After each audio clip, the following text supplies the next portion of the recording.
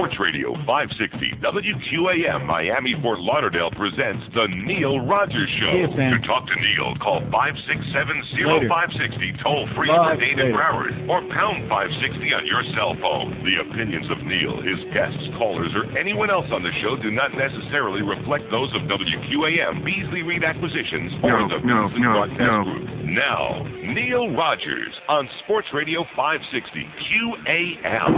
The sky is falling. Ladies and gentlemen, if I could offer only one tip for the future, act strange and people will leave you alone. The rest of my advice has no basis more reliable than my own meandering experience. Put a slinky around your neck and try to walk downstairs backwards head first. Sit naked in a large bowl of Rice Krispies and sing Feelings while the kernels go snap, crackle, and pop. Go up to a ticket booth and try to stick your head through the hole where they say how much. Lick a stranger. Tell them you're from Bosnia and your country. It's a sign of respect. Take lots of pills. One of them might work. Occasionally ask a stranger if they've heard anything from Lewis. Be annoying.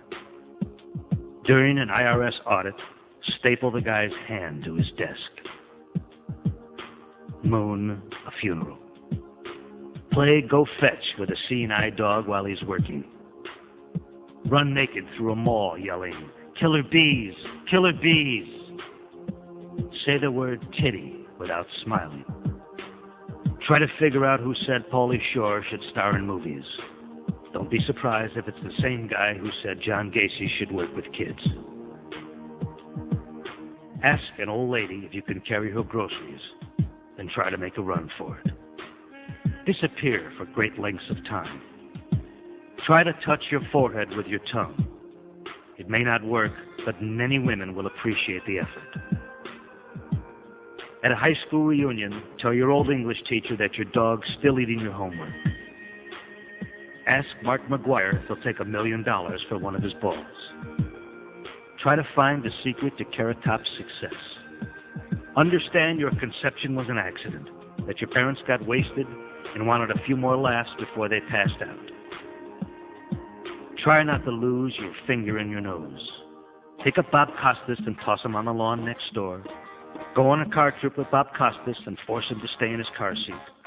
Try to dribble Bob Costas. Ask all your friends and family for forgiveness. Knowing you've done some crap that's really pissed them off. Wish no ill will to anyone. Unless you don't like them, then screw them, they're on their own. Realize anyone who says they're completely happy are completely full of crap. Ask a Hell's Angel if he's a woman, or has he always walked like that? Understand that there are bad people in the world, and you may just be one of them. Sniff an old lady. Imagine Gomer Pyle in a gay bar trying to get lucky. Do this without laughing. Find what's left of your innocence. Understand it, embrace it, protect it, and every so often, take it out for a nice nosh. Care enough not to care. Hum while you eat. Act strange, and people will leave you alone. All right, 10:04 at 560 WQM. When's the last time I mentioned, by the way, that the Rascal House sucks? Have I mentioned that recently? No. It does. Anyway, more altar boys needed at St. Peter's.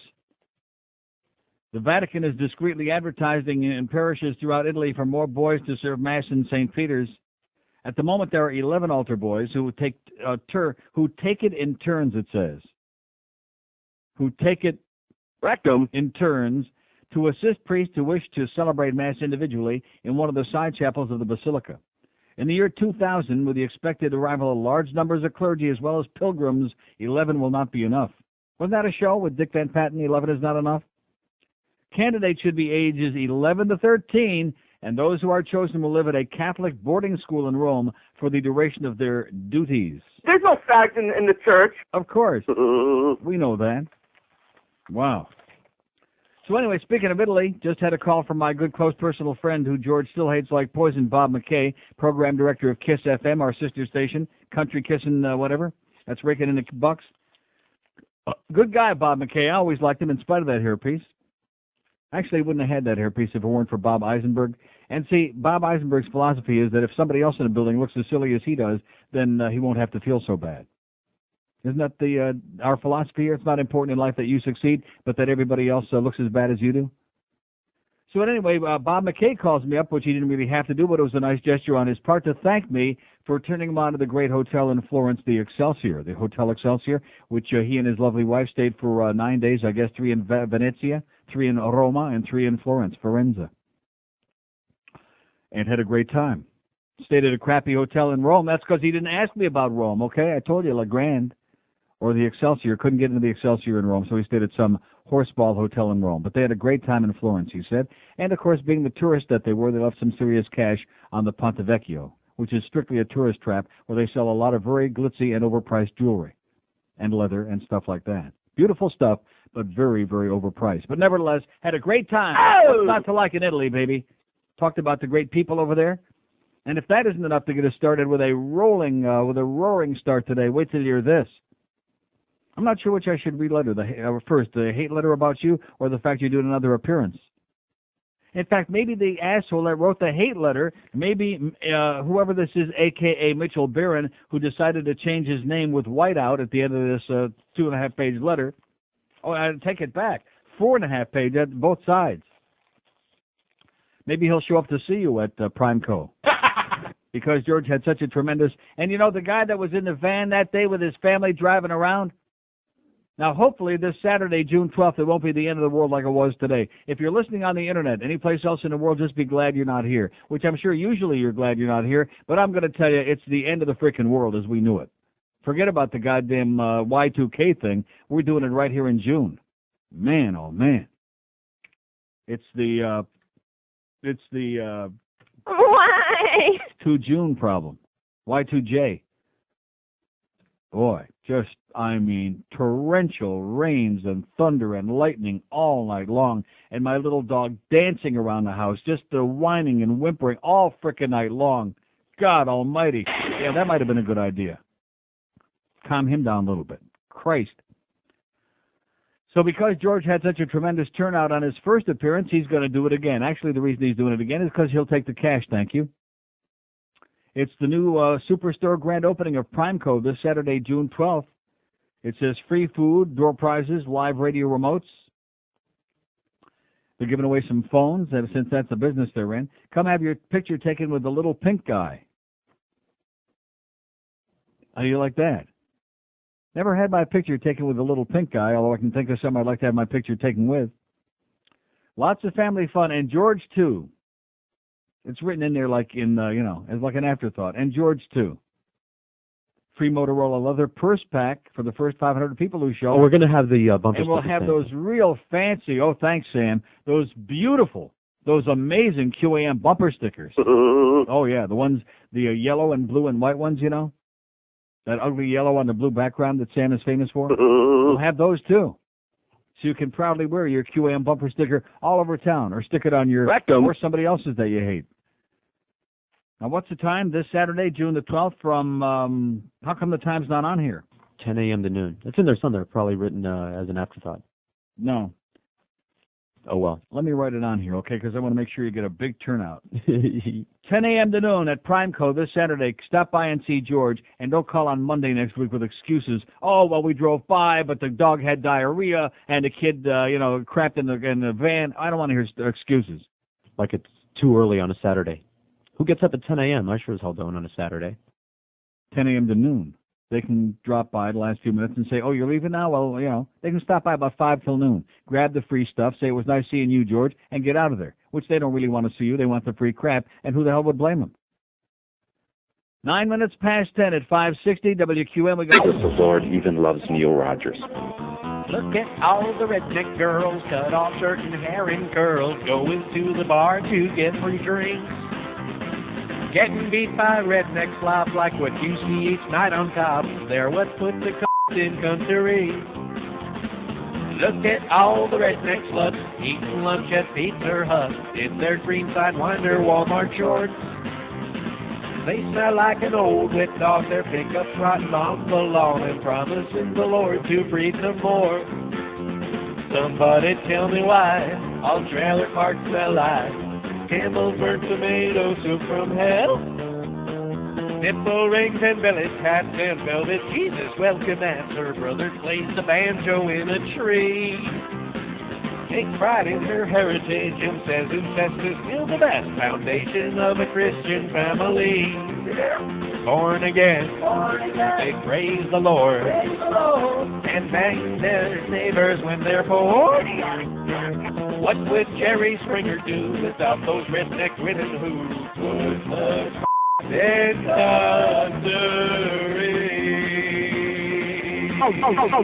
Oh, speaking of that, by the way, speaking of yahoos and rednecks, Jerry Falwell, after he got finished making up with the purple Tinky Winky and gave it a big kiss and a hug. Yeah, somebody on his staff gave him one, and there was a big picture last week of him giving it a big kiss and a squeeze and a hug, and the Tinky Winky too. Well, now he's on to the Bud Light people, which we love Bud Light. That's right. Here's their full-page ad that they're running. This one appeared in The Advocate, the national fag rag this week. And it's a picture of two guys from the rear, if I can say that, and they're holding hands, two muscular arms. I would say guys in there, like 25 to 35-ish, when you say that? I mean, you really can't tell because you don't see them. You just see the arms and they're holding hands. And at the bottom it says, be yourself and make it a Bud Light. Bud Light, that's it. That's a very simple ad.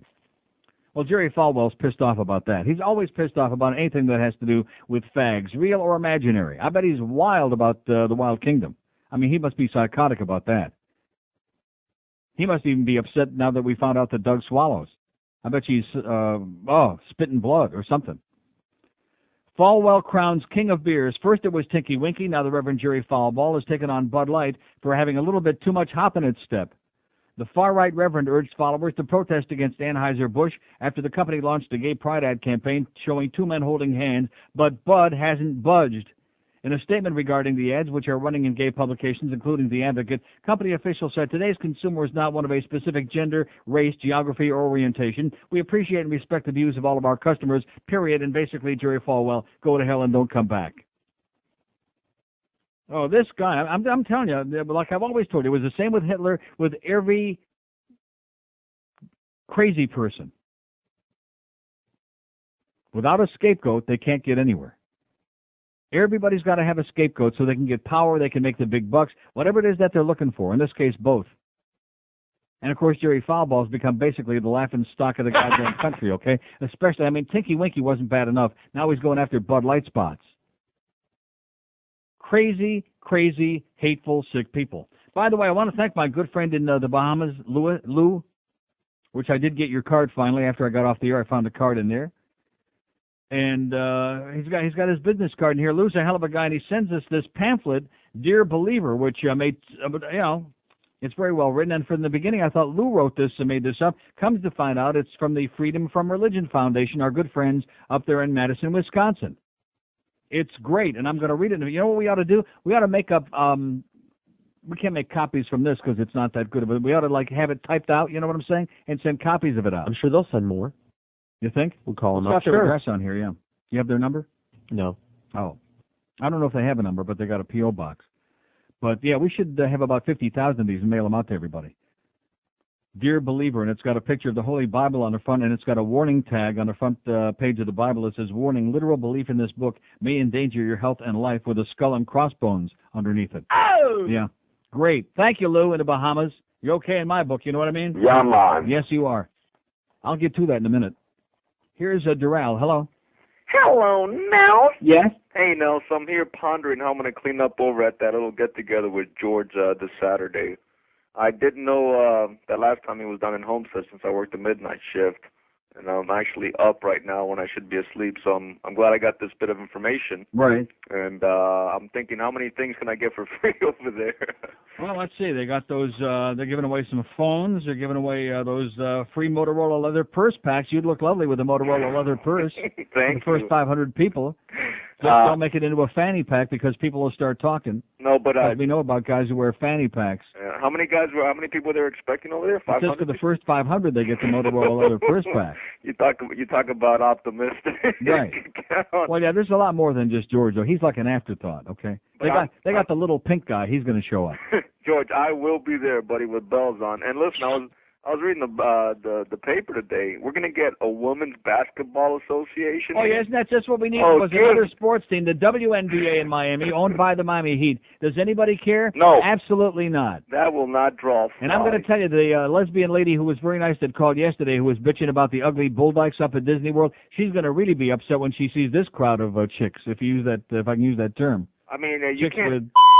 Yeah. You got Marlins, you got the Heat, you got the We've already got 75 teams that nobody cares about. We got what do they call it? The arena football nobody cares about. Indoor soccer, indoor football, indoor everything, and still now we got indoor bull dykes. You can't sell anything. And listen, I agree with you on those light beer commercials. I love them with the frog and the ferret. Right.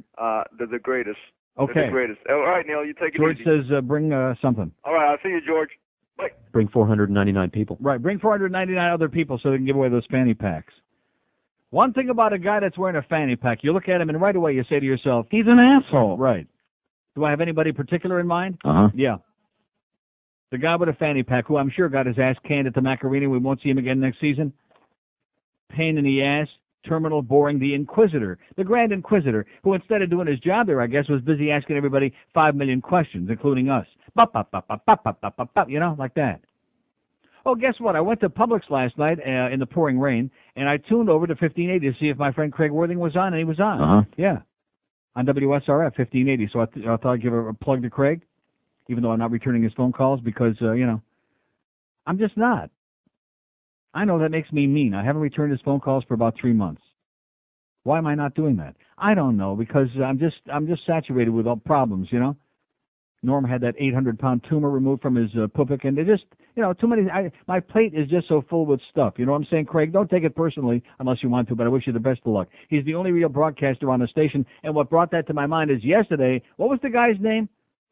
Don Sherwood. Sherwood. Oh, my God. Even in Sherwood Forest, they're laughing at this guy. Oh, I do this. Yeah, you do it all right. Not on this station. You do it on a make-believe station, okay? I do this. I want you just to stop and put yourself in that position. And this isn't the first time it's happened, by the way, over the years. I've had several wannabe broadcasters call in on this show, including some while they were on the air. Remember those? It's like 3 times Don Sherwood and his tried to do this, while you were on the air. Because they were on the air. Because they're looking for a real audience, which they haven't got. They're trying to suck off, if I can say that, the Neil Rogers audience. And believe me, if you've seen most of them, you might change your mind. But I'm serious. They're trying to siphon off from me and I got news for you. It's not going to help. I do this. No, you don't do this. You're terminal. You're a jackass, Don Sherwood. You're on a phantom radio station. It's just a tragedy that Craig Worthing, and I know we all got to make a living, that he has to wind up on there, but at least he's eating. Oh, guess what spot he was going into? I don't dare say it. What live spot he was going into when I turned on last night? Pizza Loft. No. Restaurant, though, begins with an S. S-C-O-O. Not Skoogans. Yes. And I went, Oi! Skoogans. Hey, we all got to eat, like I said. Skoogans. Oh, woo! That would be a great idea for you to make your next appearance. And the one this Saturday is going to go so great. In July, meet George at Skoogans. Oh! With Joyce Kaufman, I bet will be there, too. I could work my way up to Schleumy's. Yeah, exactly. Oh, that'll be big when we have Dr. Atkins out there at Schleumy's, about 20 miles off the coast, due east. Here's a mobile in Hollywood. Hello.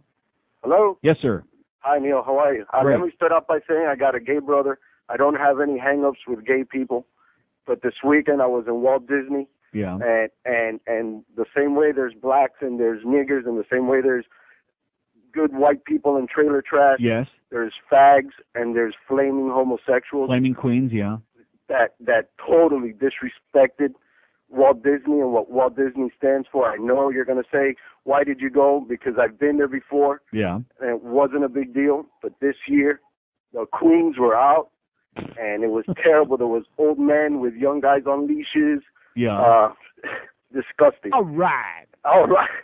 It's not all right when you take kids. It's a family-oriented part. That's right. That's absolutely right. It's a family-oriented thing, and I think it's disgusting and gross and very humorous. But no, it's funny. I was laughing. Yeah. I thought it was funny to see a bunch of See, I got a whole new attitude. I changed, I've got different things. Like Geldy had changed my attitude about this radio station, which I love it here now. And number two, I've changed my attitude about these exhibitionist type people with their camping it up. I changed my mind about that. And you want to know why? Because for years, those of us fags, and believe me, there's a lot more than most of you people think out there, we've been suggesting, every time you turn around, here's some guy and some chick smooching, on the bus or out there in public, and okay, we put up with it, we tolerate it. It's of no interest to me one way or the other. But if there are two guys like holding hands, God forbid, or kissing, oh my God, our children are... So, what's the big deal, okay? Who cares? You go to Europe, you see people kissing each other all the time. It wasn't about holding hands, and it was old men. It was about a bunch of screaming queens camping it up. Right. But why do they have to take it so far? Exactly. Why do they have to create that ugly stereotype of thing? Right. But it was out of control. It really was. And Walt Disney should, they can't do I bet you they got 75 new glory holes up there already, and it's only Tuesday. That's right. I had a great time anyway. It was fun to see, but it wasn't good for the kids. Okay. And I think they're taking it a little out of control. Get back in the closet. It'll teach those kids to run like hell when their priest comes out with a leash. I just wish some of those fags would jump back into the closet and tone it down a bit. Okay. All right, Neil. God bless you, sir. Hasta que Yormitas. Okay. Yes, I am. I'm the greatest. Make no mistake about that. Just ask me. I'll tell you. See, just like this picture, I wish we had the TV thing. I wish we were on Whammy for like 30 seconds, no more than that, so people could see this ad. It's, just a picture of two arms, basically, that are obviously guys, and they're holding hands. Oh, my God, Jesus Christ! And it's in a gay magazine. It's not running like in Time or Newsweek. Well, why the hell not? And let me ask you this. How come Jerry's reading the Advocate, I wonder? He's got his people out there monitoring. Maybe now that he was kissing Tinky Winky in here like 2 weeks ago, maybe he's like coming out pretty soon? You think that's... Maybe Jerry's going to come out, like on the Larry King show. He's got to keep abreast of that gay plot that's going on. 26 after 10 at 560 WQAM. Today's... There ain't nothing more butch than sports talk radio.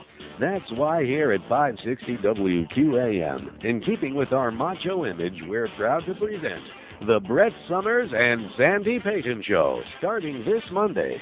Join Brett and Sandy as they welcome their guest, Rick Taylor. Not to mention sideline reviews from Greg Lousanis and the Public's Bad Boys. Only on 560 WQAM. 1031 at QAM. We can't afford to feed Beefo anymore, so we're going to have to make some changes on that morning show. Beefo, yeah. So anyway, if we could just rent like a convention center, like a big room at the Holiday Inn or something, and have the whole conglomeration of the chronic callers and the chronic faxers in that room, that would be worth the price of admission. Don't forget the chronic letter writers. And the chronic, we'll get to that in a minute. You're salivating for that. I can't wait. But anyway, all I did is mention about Jerry Falwell and the Bud Light ad, and all of a sudden this asshole out here faxes me the same 20 pages that he faxed me 6 months ago that I read someplace else beside. Old news about Jerry Falwell and the Clinton, the tape about Clinton and all this other crap. It's old news, okay?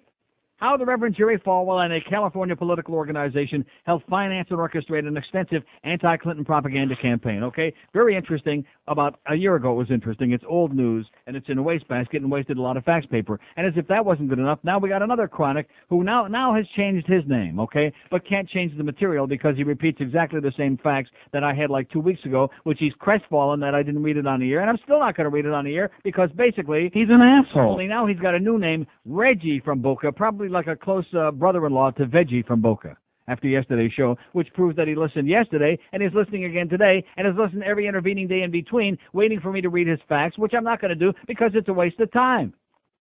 Giving me a verbal lecture here, a song and a dance on paper about his problem with the show is about the religion and, something I'm going to talk about, whatever the hell I want to talk about, including reading this thing from the Freedom from Religion Foundation in a minute. And I don't give a crap whether you like it or not, sir. I couldn't care less. And then, you also need to get your act together on gun laws. Yeah, I need to do this. I need to think just what he thinks. And, of course, we know who this guy is because you know the voice. I'd know the voice immediately if he called. You'd recognize him with this condescending Neanderthal attitude. There you go, Reggie from Boca, like he's got at the end of his faxes. You're about as funny as cancer of the lip, okay? And don't give me any. Boy, oh boy, it's just, if you could only be here on the inside for a few days, a fly on the wall, and see the crap that comes pouring in here. If it's not on the phone, it's on the fax. Like yesterday. yesterday for a Monday was spectacular, not in terms of volume, but in terms of the quality. We had some of the craziest bastards I've ever talked to in my life yesterday. It was an award winner. I should get like 10 weeks extra pay just for talking to those assholes yesterday. We had the drunken bitch. We had the just so many. I can't even begin to you know what I'm saying? One after another after another. Oh, and by the way, the Rascal House. This guy, we get a guy called Donnie B on the morning show at 20 after 9 this morning. He comes in here to report that one of the old chronics, you recognize that voice too. Oh, we're taping your show today on behalf of the Rascal House. We're going to get you off the air. Pal, I'm going to tell you, you're so old and stale. You're older and staler than the goddamn rye bread. Give me a break. Like I said, rent a goddamn convention center and just put all these losers in there and just take pictures of it. Put it on America's most tragic home videos. I don't know whether I should get to this letter right now, because once I start, it's a mammoth piece. Mammoth. And again, familiar handwriting. We haven't figured out yet exactly who it is, because they got a phony name at the end, which rarely do any of these assholes sign their real name, God forbid. And, of course, you can understand, because you'd be embarrassed, too, to fess up to writing this kind of crap. Like this guy, with his facts, Reggie from Boca. Very original, sir. Brilliant. I only wish I was half as smart as you are. Although I'll take my paycheck, thank you. Here's a mobile in Miami. Hello. Hey. Yes, sir. Neil. Yes, I am. Neil, can you hear me? I hear you. It sounds just like Hi, you. yeah, this is Richie Rich, your friendly neighborhood sex addict. Yeah, I was wondering if... How come the radio keeps popping up and off in the back there? I don't know. It's a cell phone. How about the radio? Is it a cell radio? Or maybe you're in a cell? I'm in what can we do for you today, Richie, in this very short call here? What can we do for you? No, I was wondering if maybe you could give me some leads on some Latina Culo Caliente. Yeah, okay. So anyway, getting back to this letter, like I said, well, I wanted to take a few of these calls here first because I don't want to make the same mistake I did yesterday, because these people are very busy, you know. They got their oars out. Another great reason to live in South Florida. By the way, speaking of people in South Florida, I've always told you this, and it's the truth. I get a letter yesterday, and I told you I was trying to think of Sean's last name and his father, the dentist, and I couldn't think their last name is Ernst. Sean, who was at Nova High and now is at Northwestern University in Chicago, and his whole family are big listeners of the show. God bless them, and Sean especially. So I just mentioned him on the air, and all of a sudden here's a long 2-page letter from Sean in the mail yesterday, the only part of which I'll share with you is the fact that, well, the first part being that after he heard our show, we inspired him to go out and buy the Britney Spears CD. He says she's something else, and her music isn't bad either. Well, you're half right, Sean. Her music blows, but I guess she might too. But anyway, he says, now wait till you hear this to prove my point, as if I need to prove it. And this is a young man who had never been to Chicago before I went up there to school at Northwestern, which I told him he would love it. He says, I'm coming home June 12th, but only temporarily. I'm coming back here, meaning Chicago, June 23rd, to work. The School of Journalism has got a summer program for high school kids. He'll be an instructor, counselor, supervisor, etc. How do you like that? So in other words, he's coming home for 11 days, and then he's going right back to Chicago and getting the hell out of here. In fact, he makes a point of mentioning in here that I'm probably going to be taking as many vacations as I can this summer to get the hell out of this place. I mean, yeah, they had some nasty 99 in Boston today. It was 95 in Portland, Maine yesterday. They're sweltering. They're schwitzing up there. But you know something? It's not here. And what do we got? We got like torrential, like the end of the world. It's either feast or famine. Either it's so bone dry that the state is on fire and you need a gas mask just to leave the house in the morning, or you have to get out the oars. And, of course, you know how good the driving is here on a dry road. Well, just multiply times 50,000 when you see you're up to your armpits in water, like this morning. People broken down off the side of the road, blocking lanes, people who decide that they don't want to drive in one lane because maybe there's a little bit too much standing water, even if there's not. People going 18, 20 miles an hour when they should be going 35 and 40 when there's no goddamn excuse, like on Hiatus Road this morning. My estimate is it took me about 7 hours to get from Sunrise to Broward Boulevard down Hiatus this morning. About 20 and a half hours. And it was raining, you know, hard, but not like the end of the world on that particular spot. Was there standing water on the road? No. Was there any problem there? No. Was there anything blocking the road? No. Just a bunch of scaredy cat assholes who shouldn't be behind the wheel of a vehicle, of a moving weapon. Assholes. Assholes in cars. That's South Florida for you, baby. 75% of the people out there driving, they should have their licenses revoked, and about 50% of those people should be behind bars right now. for attempted murder. But have a nice day. So there's, like I said, another example. Young people, when they can get out of here, man, and that's the answers part of the question of what I've been talking about the last 2 or 3 years about the summertime once kids get out of school, and even the college kids. You think that they might be coming back here? They'll come home, to say hi, mom and dad, and the dog and sister and brother, and and get a little more cash, and then vamoose again. They'll get out of here. I mean, who the hell in their right mind is going to stay here unless they absolutely have to? I mean, that's just the way it is. A lot of people resent the fact that I say that. Too freaking bad. It happens to be true. 21 before 11. And, just when you're sitting on that plane, as long as it's moving in some other direction, as long as it's leaving South Florida, you say, I'm not really all that concerned where we're going. We're leaving here. And you're going, oh! Yeah. Florida sucks. Tonight, the Hysterical Channel presents I'll Bet You Didn't Know with Jack Perkins. We're all familiar with the role of Michael Corleone played by Al Pacino in the Godfather movies, but I'll bet you didn't know it was originally cast for ex-Jets quarterback Joe Namath. Here's some rarely seen footage of Joe in the role of Michael Corleone. In my home! In my home! Where my wife sleeps! And my children play. Needless to say, he didn't get the job. But join us anyway, tonight, on the Hysterical Channel for I'll Bet You Didn't Know. He can't speak, but he sure could play. It's 10:44 at 560, another illiterate jock. That's what America's all about, is illiterate jocks. They've taken over the whole goddamn country. Uh-huh. So anyway, a couple of things from the newspaper before we get back to that great Dear Believer thing. First of all, here's a letter to the editor, which I don't fully understand, but I do understand part of it just enough, because I was out of town in Vegas that weekend that this refers to. Nevins at New Low writes Vincent Bociccio. Speaking of the Godfather. Well, just that kind of a name, Vincent. Don't take it personally. Bociccio. Maybe Di Sicilia. Nevins at New Low. The column by Buddy Nevins on May 28th is a new low even for him. By what justification does he believe it's the reader's business what the sexual orientation of anyone is? When I want to read this type of garbage, I'll buy the Inquirer. Nevins is beneath contempt, and the person who allowed this to be published is no better. I didn't read the column, but again, it reinforces what I told you before, and that is that Buddy Nevins has finally come out of the hysterical homophobic closet that some of us weren't aware that he was in for a very long time until he started becoming a little more overt about it. Nice going, buddy. Oh! You're consistent, you asshole. And speaking again of, goes back to what I said about the guy calling about Disney World. A lot of us, we've tolerated this business about, the guys smooching with their wives or girlfriends or both in public and on buses and wherever else. Okay, we're not going to complain too much. Big deal. It's not the end of the world. But if two guys should, like hold hands, or God forbid in America, if a guy should kiss another one, like even on the cheek, oh my God, it's a bunch of faggots. What are they doing in front of our children? As opposed to like in Europe, where even the children, even like teenagers, the guys kiss each other on both cheeks when they, like I've told you this before, in Italy.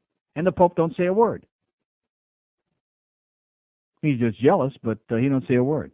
He better not, because they'll give him the Italian salute. So anyway, Jose Lambit, who I thought is getting out of town here already. This guy's been doing the longest going away of anybody I've ever seen in my life. Allegedly to get married, I think is what he wrote.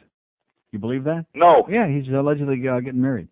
South Florida Insider in the Sun Sentinel. And here we go again.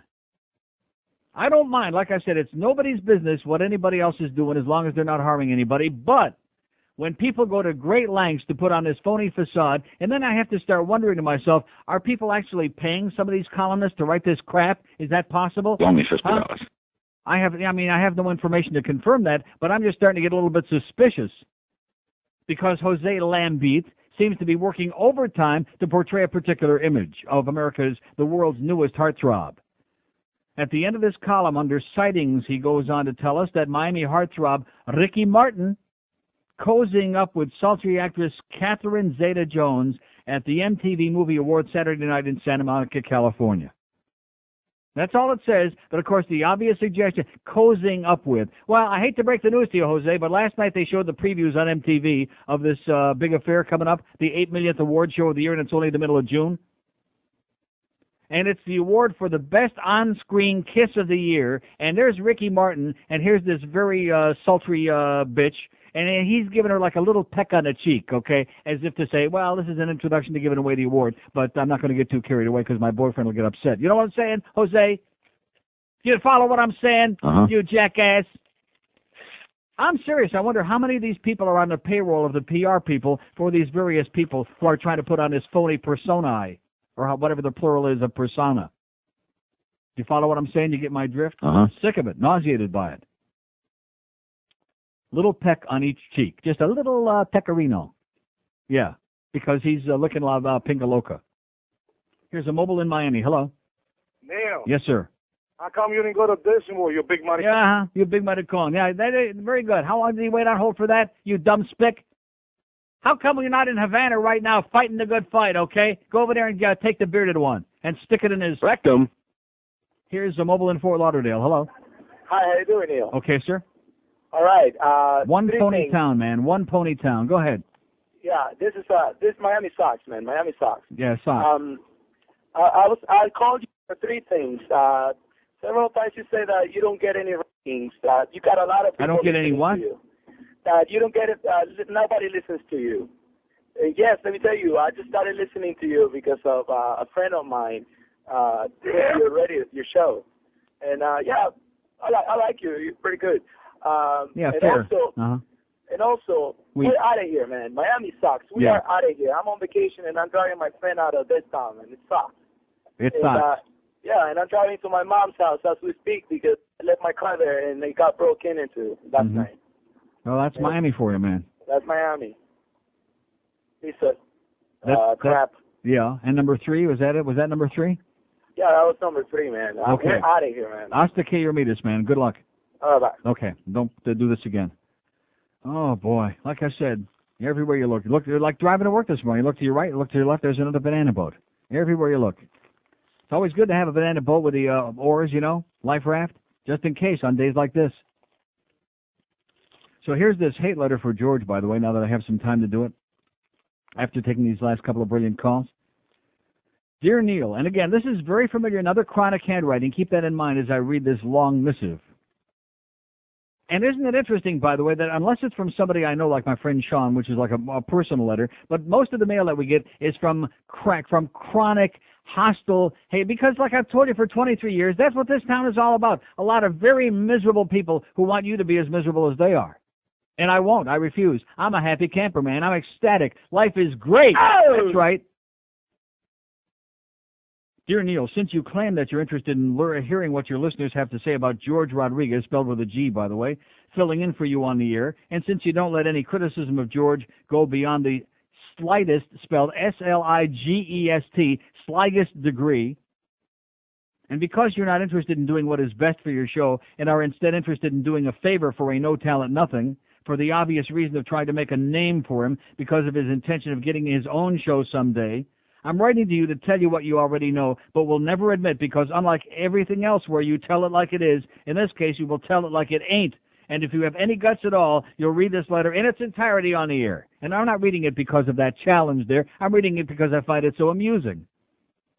You are very opinionated about other radio talk show hosts and radio personalities, both on your station and other stations from the present and the past, and you are always right on the money in your opinion and remarks about them.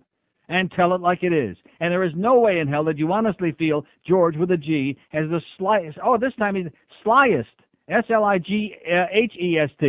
the slyest bit of talent and belongs on the air. You claim that you listened to him one day for half an hour when you left your show early one day to go to the airport, and you did fine. And now that I know how good he is, I should go on vacations more often, in quotes.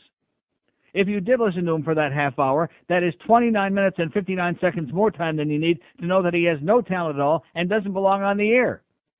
However, if after listening you truly believed he belonged on the air, don't you think you should listen to the tapes of the entire shows they did, filling in for you to confirm that rather than insisting that he stays on the air no matter what anyone thinks, and that you will never go back to playing tapes of previous shows? Now, it's interesting that it says, I underlined that, no matter what anyone thinks, because didn't I take a poll on this after you filled in the first couple of times? Didn't I take a poll on this? Yes! And didn't the overwhelming majority of the people say if they have to choose between the tapes and George, they'll take George? Yes! Yeah. So again, no matter what anybody thinks, more bullcrap, pal. Another big buzzer for you. It is obvious you don't want to listen to his tapes because you already... And like, I'm going to sit down and listen to a 4-hour show of anybody? No. No way. Jackass. It is obvious you don't want to listen to his tapes because you already know he has no business being on the air, and you don't want to waste your time and be bored to death like everyone else who listens to him, because no matter what you hear, you'll keep doing him a favor and let him fill in for you. It's bad enough that you've let it get to the point where George can actually be considered your sidekick on the air because of the fact that he's constantly butting in and blurting out things over the air, some of which you encourage. However, since you're so entertaining, your listeners force themselves to put up with him rather than stop listening to you. Yeah, sucking up to me, ripping George an ass. And the sucking up, is it doing any good? No. No. Giving him his own show is another thing. Letting him fill in for you is the biggest joke in the history of radio. He has about as much business being on the air as you have being in bed with a woman. Maybe he has some intelligence, but that doesn't make him a talk show host, and neither does the fact that he comes up with topics relating to his fellow Julios, and neither does the fact that he thinks he's real cool and talks like a street punk in his loving, boring, coma-inducing, terminal, monotonous way. Misspelled, by the way, monotonous. You'll always get some losers out there who'll say that George, or whoever is on the air, does a good job, but you know as well as I, and any normal, objective person knows, normal. I think that normal people write letters like this, sir. Normal, objective person knows George, without a doubt, absolutely, positively sucks. George makes Alan Courtney sound like he bubbles over with personality. Alan Courtney would do a better job at his grave. The average person off the street would do a better job than George. Even brother Mike Lance would do better. Blind Mike would be a major improvement. You've also already started to try to make a name for George by having him do remote appearances at car dealerships. Like, I have something to do with that? No. I wasn't even aware of this one coming up Saturday. I saw the sheet here sitting here. Okay? You're a salesman now. Yeah. I'm making a name for him by having him go out and do remotes at car dealerships with commercials with him saying, "This is Jorge Rodriguez of WQM's Neil Rogers Show." Like, I have something to do with that? No. Of course not. There is not a GM of any radio station in the world, even while stoned out of his mind, that would even consider putting George on the air even for 1 second. The only thing that No Talent Nothing is good for is to answer the phones and put callers on hold. Well, see, you're good for something. He couldn't get a job on the air on a station with 0 watts at 13 o'clock. If you didn't know George and heard him on the air, you'd blast the hell out of him like you never blasted anyone before. I guess your next step in your attempt to get George's own show will be to threaten to quit the station unless they give George his own show. Very truly yours, and the name is, there's a whiteout changed and then like traced over Mitchell Barron. Phony name, phony pilot. And if they don't give George his own show, I'm leaving. How do you like that? That's right. Starting tomorrow, because we got a new producer for this show, who ain't here today, but he was here yesterday. Is that amazing or what, huh? I mean, like, page after page spewed with I'm always telling you about the fact that there's no passion for anything in this town. The only thing there's passion for is hate. Hate. Then they get like all worked up, and you can just see, you can feel the venom coming off the pages of this scrawled piece of crap. This same terminal, tired, boring handwriting that I've seen a million times before. And sooner or later it'll come back to me just exactly which asshole this is, by the way. The same old callers, the same old faxers, the same old terminal letter writers, old and tired. That's South Florida, old and tired, the walking dead, the driving dead. And thank you so much for your perspicacious observations, asshole. 4 minutes before 11 at 5. In fact, this guy, he ought to elope with the other guy, the pseudo-intellectual, that guy, who has to send verbatim the same fax again that he sent 2 or 3 weeks ago because he's wounded I didn't read it then, and I still won't read it now. Like that, I wouldn't waste your time with that crap. Giving me instructions on what I should think and what I should do and what I should say. And by the way, pal, here's something you ought to do. Blow it out your ass.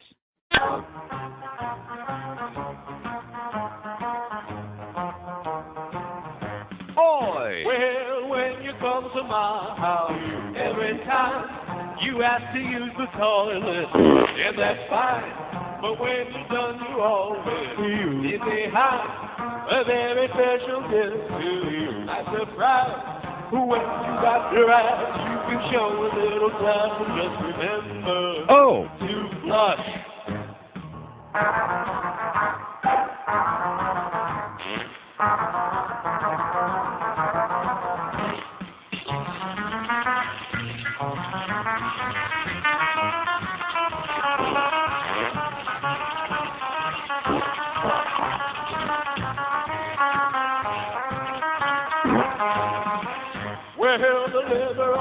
tanking in. What you pull for a courtesy flush when getting full, plus when it's my turn to lift the seat. You're lumbering curves out on the seat.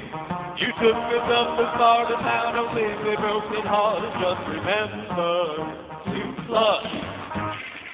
Okay, it's 11:02 at 560 WQAM.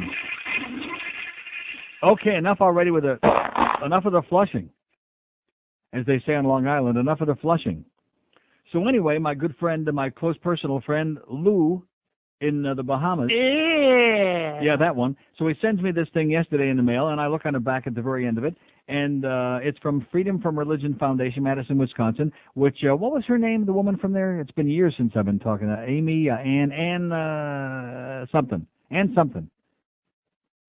Anyway, they put out some great literature, and guess what? They're still alive. Unlike Madeline O'Hare, who is, along with her son in a pickle jar or something somewhere, they're still alive and going strong. And this is we're going to have to get a whole bunch of copies of this, because this is the definitive, the perfect response. All these idiots that keep handing out these religious leaflets. And by the way, anywhere you go in the world, and especially in North America, any big city, you walk around downtown and almost anywhere, and there are these crazy people handing out religious pamphlets. And you always say to yourself, oh my God, it's a crazy person. No, thank you. Let me move right on by, please. You think it's just a coincidence that maybe it's crazy people handing out this religious propaganda? No. I don't think so. But anyway, next time anybody tries to twist your arm or give you with a religious song and a dance, having one of these pamphlets would come in real handy. And I quote, it says, "Dear believer, you asked me to consider Christianity as the answer for my life. I've done that. I consider it untrue, repugnant, and harmful. You expect me to believe Jesus was born of a virgin impregnated by a ghost? Do you believe all the crazy tales of ancient religions? Julius Caesar was reportedly born of a virgin. Roman historian Suetonius said Augustus' bodily rose to heaven when he died, and Buddha was supposedly born speaking. You don't believe all that, do you? Why do you expect me to swallow the fables of Christianity? I find it incredible that you ask me to believe that the earth was created in 6 literal days, women came from a man's rib, a snake, a donkey, and a burning bush spoke human language, the entire world was flooded, covering the mountains to drown evil. All animal species, millions of them, rode on one boat. Language variations stem from the Tower of Babel. Moses had a magic wand. The Nile turned to blood. A stick turned into a snake. Witches, wizards, and sorcerers really exist. Food rained from the sky for 40 years. People were cured by the sight of a brass serpent. The sun stood still to help Joshua win a battle, and it went backward for King Hezekiah. Men survived unaided in the fiery furnace. A detached hand floated in the air and wrote on a wall. Men followed a star which directed them to a particular house. Jesus walked on water unaided. Fish and bread magically multiplied to feed the hungry. Water instantly turned into wine. Mental illnesses caused by demons. A devil with wings exists who causes evil. People were healed by stepping into a pool agitated by angels. Disembodied voices spoke from the sky. Jesus vanished and later materialized from thin air. People were healed by Peter's shadow. Angels broke people out of jail. A fiery lake of eternal torment awaits unbelievers under the earth, while there is life after death in a city which is 1,500 miles cubed with mansions and food for Christians only. If you believe these stories, then you're the one with the problem, not me. These myths violate natural law, contradict science, and fail to correspond with reality or logic. If you can't see that, then you can't separate truth from fantasy. It doesn't matter how many people accept the delusions inflicted by holy men, a widely held lie is still a lie. If you're so gullible, then you're like the child who believes the older brother who says there's a monster in the hallway. But there's nothing to be afraid of. Go turn on the light and look for yourself. If Christianity were simply untrue, I would not be too concerned. Santa's untrue, but it's a harmless myth which people outgrow. But Christianity, besides being false, is also abhorrent. It amazes me that you claim to love the God of the Bible, a hateful, arrogant, sexist, cruel being who can't tolerate criticism. I wouldn't want to live in the same neighborhood with such a creature. The biblical God is a macho male warrior. Though he said, "Thou shalt not kill," he ordered death for all opposition, wholesale drowning and mass exterminations, punished his offspring to the 4th generation, ordered pregnant women and children to be ripped up, demands animal and human blood to appease his angry vanity, is partial to one race of people, judges women inferior to men, is a sadist who created a hell to torture unbelievers, created evil, discriminated against the handicapped, ordered virgins to be kept as spoils of war, spread dung on people's faces, sent bears to devour 42 children who teased a prophet, punishes people with snakes, dogs, dragons, drunkenness, swords, arrows, axes, fire, famine, and infanticide, and said fathers should eat their sons. Isn't that nice? Would you want to live next door to such a person? No. And Jesus is a chip off the old block. He said, I and my Father are one, and he upheld every jot and tittle of the Old Testament law. He preached the same old judgment, vengeance and death, wrath and distress, hell and torture for all nonconformists. He believed in demons, angels, and spirits. He never denounced the subjugation of slaves or women. Women were excluded as disciples and as guests at his heavenly table. Except for hell, he introduced nothing new to ethics or philosophy. He was disrespectful to his mother and brothers. He said we should hate our parents and desert our families. So much for Christian family life. He denounced anger, but was often angry himself. He called people fools, serpents, and white-head sepulchres, though he warned that such language puts you in danger of hellfire. He said, think not that I am come to send peace on earth. I came not to send peace, but a sword. So much for peace on earth. He irrationally cursed and withered a fig tree for being barren out of season. He mandated burning on believers. The church has complied with relish. He stole a horse. He told people to cut off hands, feet, eyes, and sexual organs. You want me to accept Jesus, but I think I'll pick my own friends, thank you. One of Jesus' many contradictions was saying good works should be seen and not seen. One of his mistakes was saying that the mustard plant has the smallest seed. The writers of Matthew and Luke couldn't even get his genealogy straight, contradicting the Old Testament and giving Jesus two discrepant lines through Joseph, his non-father. I also find Christianity to be morally repugnant. The concepts of original sin, depravity, substitutionary forgiveness, intolerance, eternal punishment, and humble worship are all beneath the dignity of every intelligent human being and conflict with the values of kindness and reason. They are barbaric ideas for primitive cultures cowering in fear and ignorance. Finally, Christianity is harmful. More people have been killed in the name of a God than for any other reason. The church has a shameful, bloody history of crusades, inquisitions, witch-burning, heresy trials, American colonial intolerance, disrespect of indigenous traditions like the American Indians, support of slavery, and oppression of women. Modern fruits of religion include the Jonestown Massacre, the callous fraud of faith healers, and fighting in Northern Ireland. Religion also poses a danger to mental health, damaging self-respect, personal responsibility, and clarity of thought. You see why I do not respect the biblical message? It's an insulting bag of nonsense. You have every right to torment yourself with such insanity, but leave me out of it. I have better things to do with my life. How do you like that? And it's got the address of the Freedom from Religion Foundation, P.O. Box 750, Madison, Wisconsin, 53701. Oh! We'll give the address again, and we'll get a whole bunch of copies of these and make them available to people with a brain. How do you like that? You don't have to read the whole Charles Templeton book. There it is in about 3.5 minutes. Right there. And so well said. And all these other people out there condemning and hating and pointing fingers and and burning in hell. Get some mental help before it's too late, okay? Free your brain, emancipate your brain, and let it do its thing that nature gave you the ability to do. Think. Thank you so much, our friends at the Freedom from Religion Foundation. 10 past 11 at 560 WQAM. Oh, God. Station for people with a brain larger than their penis, okay? Even the women. Got one call on the board, and that's it. You would have thought we'd have had this tremendous response after that miraculous, brilliant thing, which we'll get a bunch of copies of those, by the way. Can't fax them to anybody because it's on a yellow thing, and it's long, and it's, just not possible. It's long. 567-0560, pound 560 on the AT&T line, the Hank Goldberg Show at 2. We got a doubleheader today, weather permitting, the Orioles and the Marlins at PP Park, starting at 3:30. So it's either Hank from 2 to 6 or Hank from 2 to 3:30, and the weatherman will decide whether we got baseball or not. Ed Kaplan after the games, of course. Here's the mobile in Hollywood. Hello. Hey, Neil, how you doing? Okay, sir. I had a suggestion with the piece you just read. Maybe you could have it put on your website as a file or something. People could download it, print it off. Excellent idea. We'll do that. Yeah, that might work out. Whoa, somebody's beeping at me. Speaking of articles, I don't know if you there's a June 7th issue of the New Yorker. It's on newsstands now. Yeah. There's a tremendous article in there about the decline of the Miami Herald, which is ascribed in large part to Dave Lawrence, as well as the fact that Miami's turned into a banana republic. Right.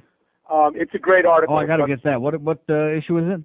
It's the June 7th issue of the New Yorker. There is a wedding cake on the cover, a drawing of a wedding cake. All right.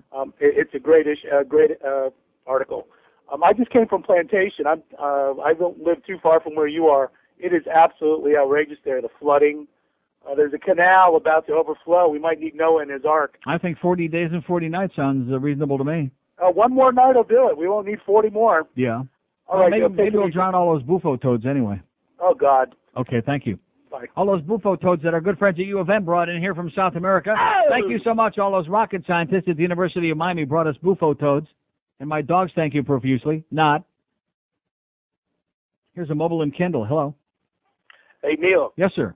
I'll tell you what, that thing that you were just reading a few minutes ago, all I can say is hallelujah to that, brother. Right. Amen. I tell you, I mean, I'm so sick and tired of these people with their religion shoving it down your throat, and it just gets me. I am a militant atheist. Good. I am a militant atheist, and That's I can't what we help need. it. There's a lot more militant atheists, and only because these other people want to jam it down our throats. If they just do their own thing and leave everybody else alone, no problem, okay? But they won't do that. Right, and I feel, because I was under the geyser my whole life. I was growing up in church, Christian school, all that. And when I finally realized it was a bunch of garbage, it feels like the blindfold's been taken off of your eyes, and now you can finally see. You know what I mean? Exactly. Anyways, hallelujah, keep preaching, and I wish I could get a copy of that. Okay, well, I'll let you know when we got some. Okay, And Neil. God bless you, sir. I love you, baby. Okay. 567-0560, pound 560 on the AT&T wireless line. The cat's got their tongue now, of course, as usual. And, of course, it's also the end of the world out there, which, like I said, every time it's like this, we should have a captive audience. That's what I would think. Is anybody playing golf today? No. Tennis? No. A lot of outdoor activities? No. Swimming at the beach? No. No. Should have a captive audience, but au contraire, they're afraid, of course, that the next, especially now after I read that, the next bolt of lightning, that'll be the end for all of us. Have you explained to the people that we only have the one copy, we can't make copies, we can't mail them? I just got through saying that. We can't, we'll be we're going to try to get a bunch of copies of this, and at the very least, if we can't get copies from these people, which I'm sure we can, because they've always been very cooperative in the past, but if we can't, so we'll have it typed out, on a sheet, and then we'll send them out. And I'm going to get a phone number where Right. people can call and get So their give us own. like 5 seconds on that, okay, would be nice. Just give us a little bit of time, okay, because George has got to digest that hate letter that we had before. He's got to digest all of that critique before he can work on this other thing. Oh, you tore it up. I was going to frame it. Yeah, frame this, okay, with a phony name. Nothing like, these ballsy people out there. There's nothing like being anonymous, whether it's on the phone or writing a letter with a phony name. That's always my favorite. Spineless, gutless jellyfish. And thanks for listening to 560 QAM, because we know you're out there every single goddamn minute that this show is on. Whether I'm doing it, George is doing it, the dog is doing it, it doesn't make a goddamn bit of difference, okay? Thanks so much for your loyalty. And get some help. Here's Fort Lauderdale. Hello. Neil, how are you? Okay, sir. I just want to let you know that I work for one of your major sponsors, and we listen to you every day. Great.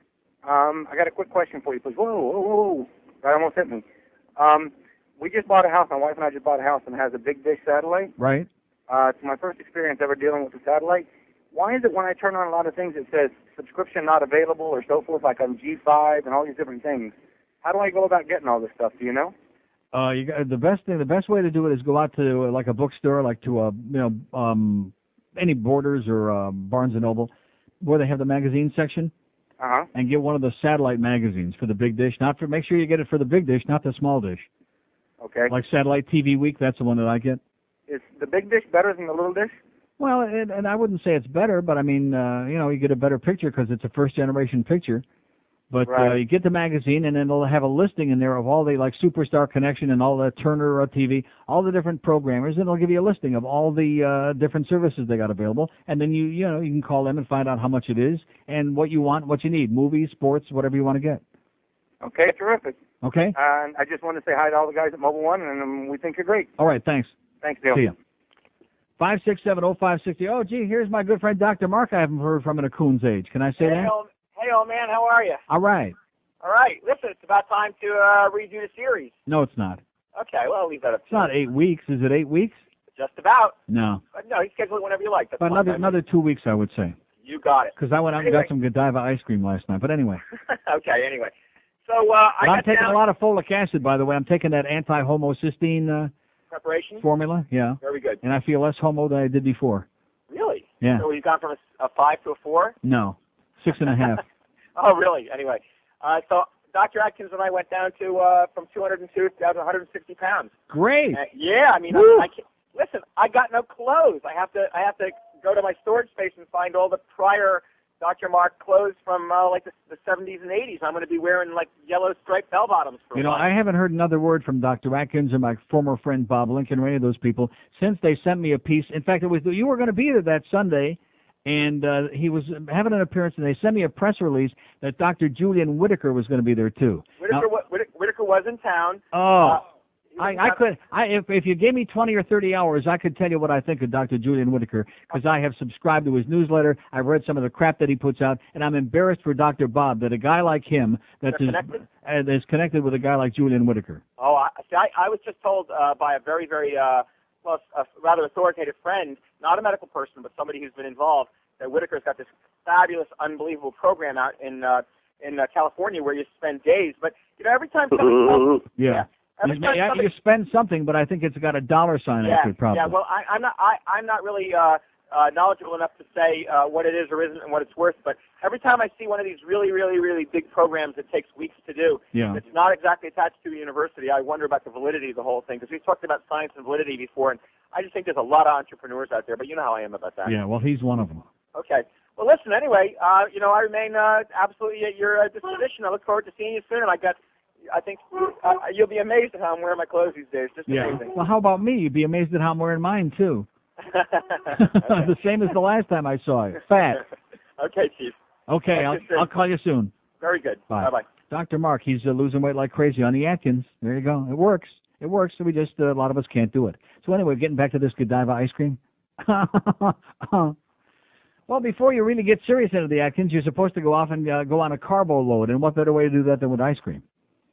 And I've seen the Godiva advertised in magazines, but I wasn't aware that they sold it like at your supermarkets. And lo and behold, I'm at my Publix last night, and I'm in there to get something else. So not for me, for John. He wanted some of those little Dove ice cream, those little bits that look like dog turds, those things.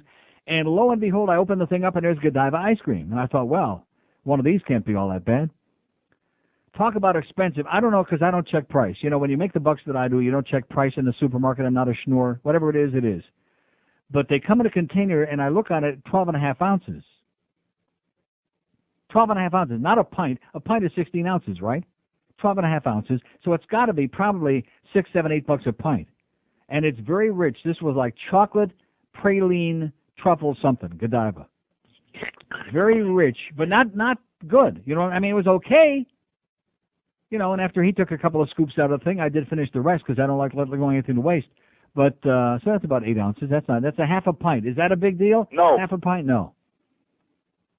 So the people at the Freedom from Religion Foundation are very nice. Yes, they are. They're already getting calls, even though we haven't given the number out. Right. Other people have That's taken the initiative.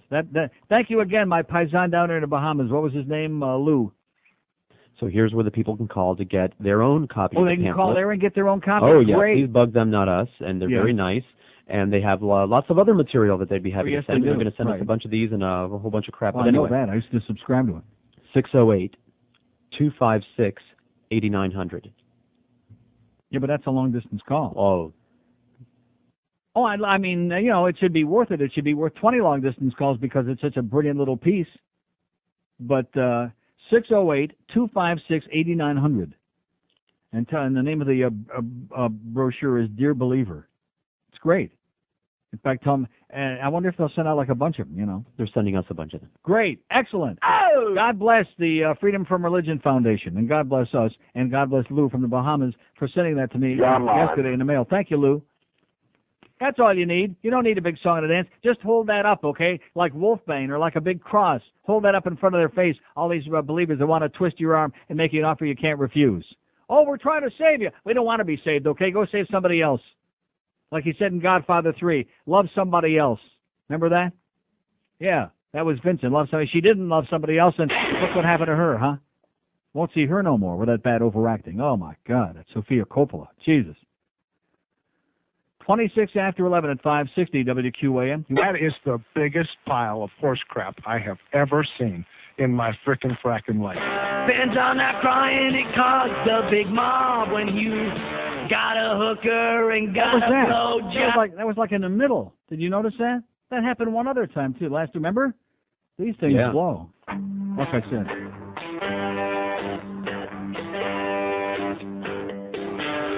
Oh.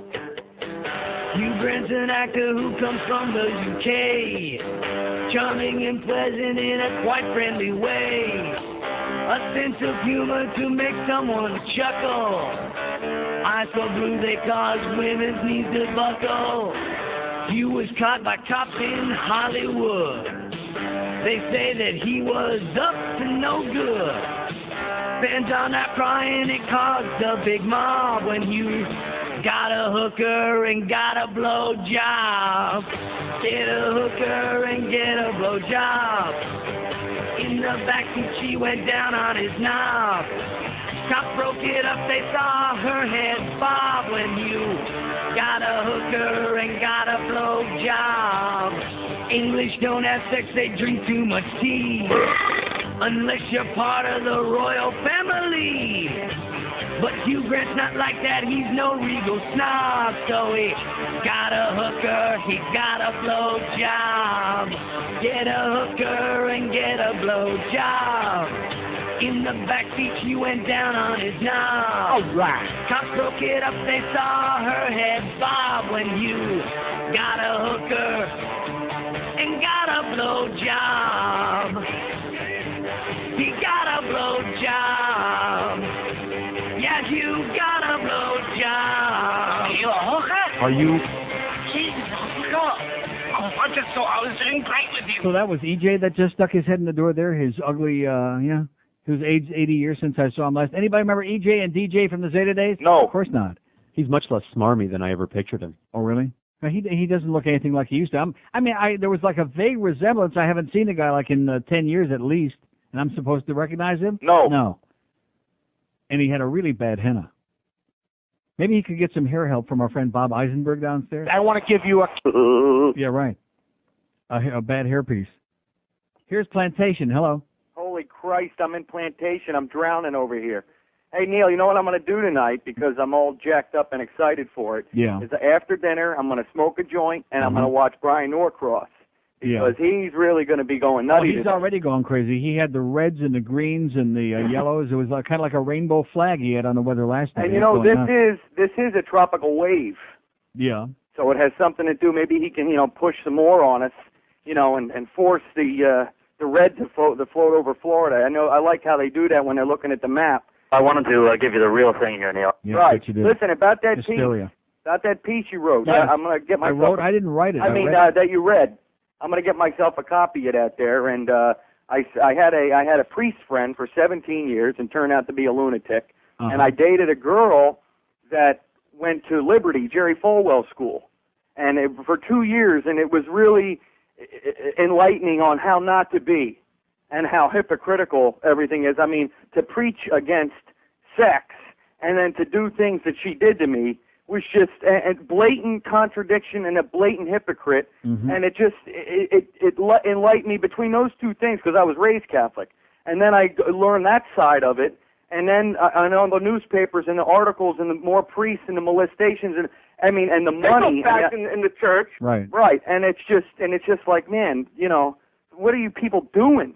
They just don't want to wake up. You just got a bunch of people out there with closed minds. Their brain has been stolen from them and locked away for a rainy day. And now it's a rainy day, so I figure why not bring it out to them? I'm a firm believer in that they prey on the weak. Those kind of people, those preachers and stuff, prey on the weak. That's Prey, right? I'm serious, and that's who's the most easily acceptable to that kind of stuff. And that's why it flourishes in the South, because there's nothing else to do there. Okay, sir. God bless you. God bless you. I love you, Neil. And get out the oars. I'm heading out there. Okay. See you, Nutty. Here's a fax that says the pamphlet you read from the Freedom from Religion Foundation was one of the greatest moments in the history of your show. Absolutely correct, sir. Unfortunately, you'll most likely get negative response. No, actually, we haven't had any negative response yet because nobody can respond to all the facts that are in there. How could anybody respond negatively when it's all laid out very clearly? In fact, I left it out for time of consideration. Every time it mentions something in here, it gives a biblical reference. Leviticus 21:18-23, chapter 21, verses 18, So everything that it lists in here, it gives a biblical reference. So if anybody doubts that these are things that are just being made up or said, all you got to do is look it up in the good book, okay? And it's in there. Just like in that spaghetti sauce, it's in there. It goes on to say, I've already called and ordered an entire box full of the Dear Believer tract. We need them badly at FIU. It is infested with religious, ignorant assholes. This is the perfect response to their I'm better than you attitude. They can never leave you alone. I love the phrase mental emancipation from the pamphlet. That's exactly what these people need to do. Free their minds. They're essentially brainwashed, and they're dangerous. All right, says Eric. Thank you, Eric. What'd I do with that phone number? Oh, there it is.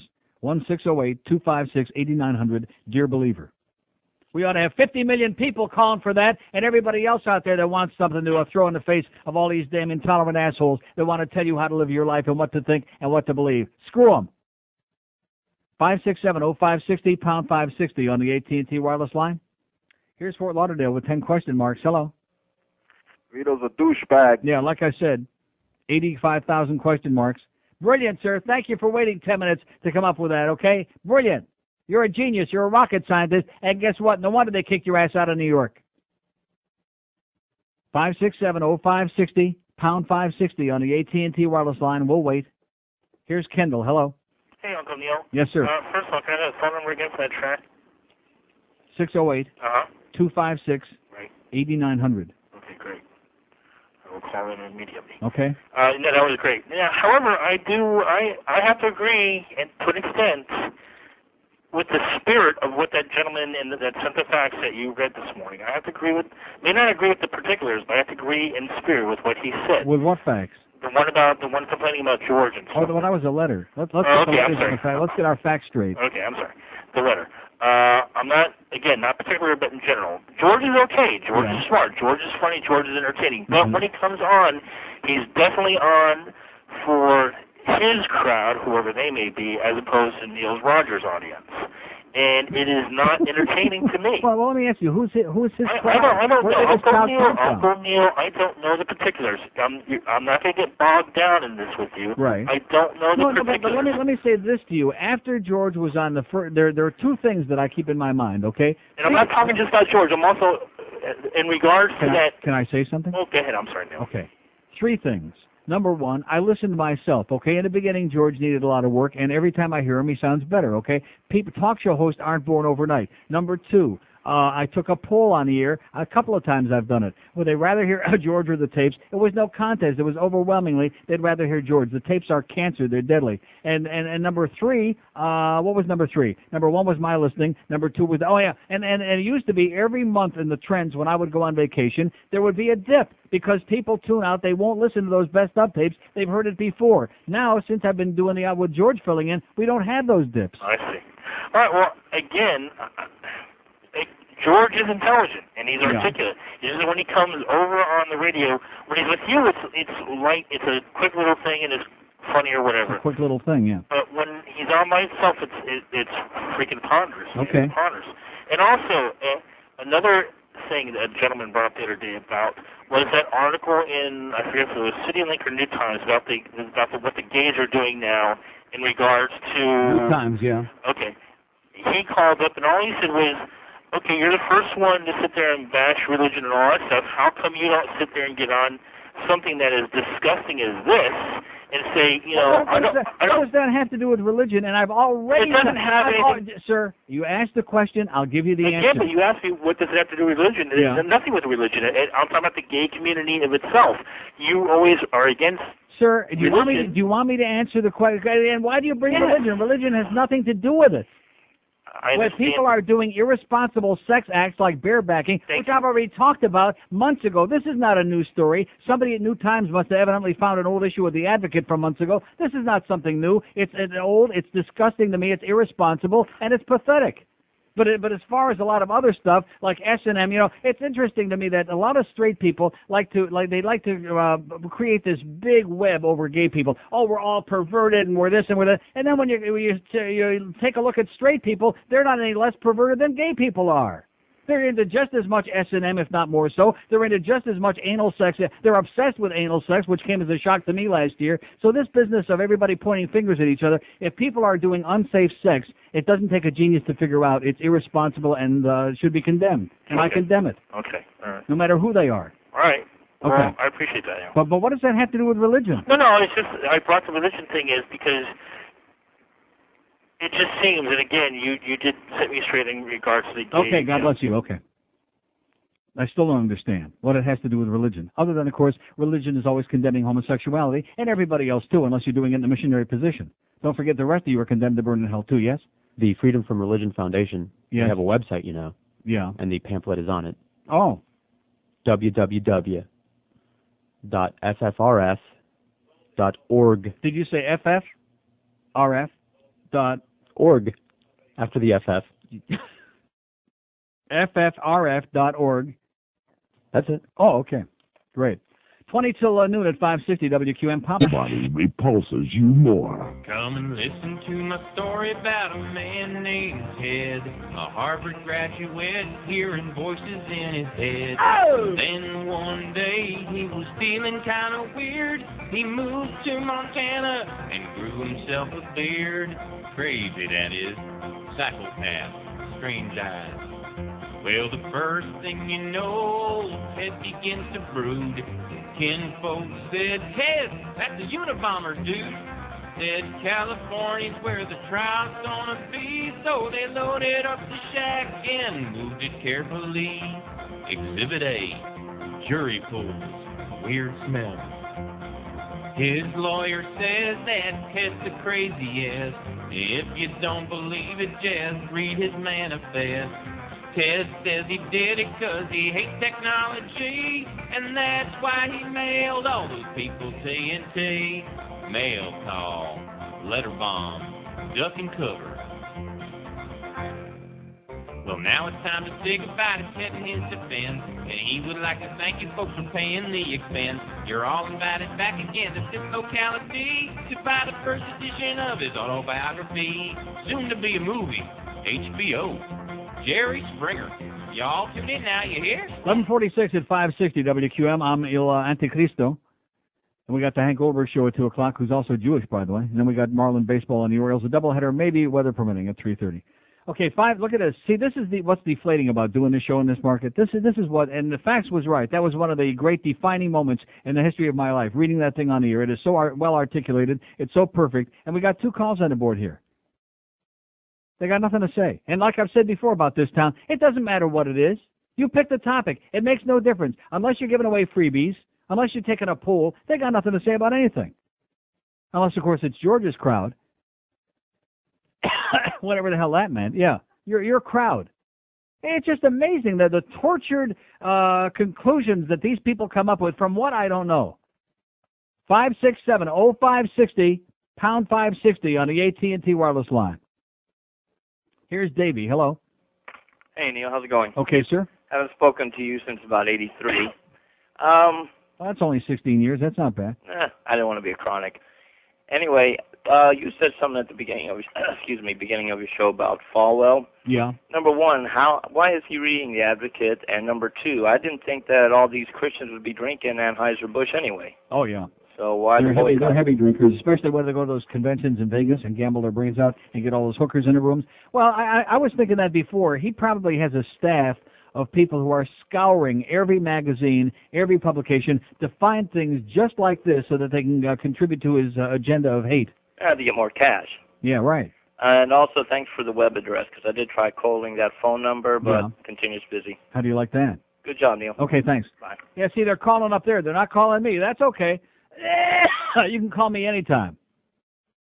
Call up there and get some of these leaflets. And then next time you hear that knock on the door, from those Jehovah's Witnesses or any of these other good religious people that want to, impose their stupidity on you, just hand them one of these. Say, have a nice day and get lost, okay? Crazy people. Like where you go, I go to Toronto. I love Toronto, but you'll see on street corners up there, just like you do in New York and any other major city, there are these weird, strange people, and they're handing out these pamphlets on street corners. And you look at them and you say, just stay away from me, okay? Stay far away from me. Here's North Lauderdale. Hello. Hey, Neil, what's happening? Yes, sir.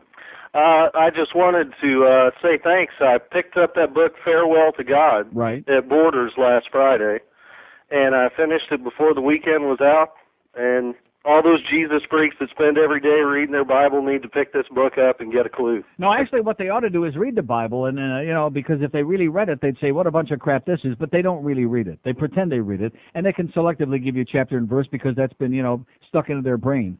Yep, from the inception. Selective piety, man. That's right. But that's about it, Neil. God bless you. Have a good day. And may the Lord keep and preserve. 567-0560, pound 560 on the AT&T wireless line. One of the defining moments of our lives here today, folks. Nobody cares, but that's the South Florida effing way. And then this guy before that wants to draw some parallel between my knock and religion, and there's a bunch of irresponsible people. And let me say the same thing I told George during the commercial break. I've been a lot of places. I may not have been to China and the Far East, but I've been all around the rest of the world pretty much. A lot of different places, seen a lot of things. And in my experiences, I haven't discovered that homosexual people, heterosexual people, bisexual people are any different. They're all horny, they're all screwing around, and they're all doing a lot of the same things, and then some. But it's a hell of a lot easier for some self-hating queens over there at New Times Magazine to put something on the front pages like that so that they can stir up, the old stereotypes and the old paranoia. Oh, my God, look at those perverts, huh? And thank God that all heterosexual people are using protection when they have sex. Thank God for that. Here's Hollywood. Hello. I love... okay, great. Here's a mobile in Miami. Hello. Hey, Uncle Neil, how's it going? Okay, sir. I know I'm Same as using usual. protection. What is The very few times I do it, I'm using protection. Uh-huh. Listen, I called that number for that pamphlet, Yes. and if I was on the phone for more than 45 seconds, it was a lot. Because they know it's not a toll-free call. They get you on, they get your information, they get your address, and then they're on to the next call. So all these people worrying about, oh, my phone bill, it's a long-distance call. Don't worry about it, because if the call lasts 45 seconds, it's a lot. Best 40 cents they ever spent. You got it, buddy. Listen, I was born and raised in religion. I heard you read that pamphlet over the air. Yeah. I jumped on my cell phone, and I dialed that number, and I said, please send it to me next day air. But they said, no, we'll send it regular. So I said, that'll be soon enough. Yeah. Have a good day, Neil. You'll get saved soon enough. Okay, God bless you, sir. 567-0560, pound 560 on the AT&T wireless line. It's going to be like the people at the Abercrombie and Fitch catalog. Same thing. See, they all get calls. When I talk about somebody else, they get the calls. I don't get any calls because these people don't want to talk to me because they're basically a bunch of pussies anyway. And like the guy that calls you, why don't we just call it the anti-Christian show? See, this is what really cracks me up. I knocked the Orthodox. Have I ever had an Orthodox Jew call the show and complain about it? Ever? No. Not that I can think of. Ever.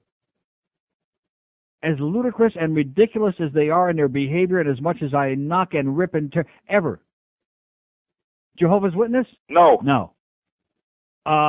Mormons? No.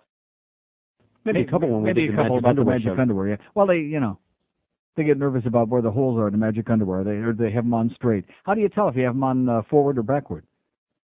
Good question. But there's something about this Christianity thing. I can knock every religion in the world, which I do. They're all full of crap. Some are more malignant than others. But it's always the same crap. Oh, it's the anti-Christian show. Maybe that's because Christianity seems to be the most intolerant of the Western religions. Maybe that just might be it. 567-0560, pound 560, as was well documented in that piece, by the way. Pound 560 on the AT&T wireless line. Here's a mobile in Coral Springs. Hello. Hi, Neil. Yes, sir. Long-time listener.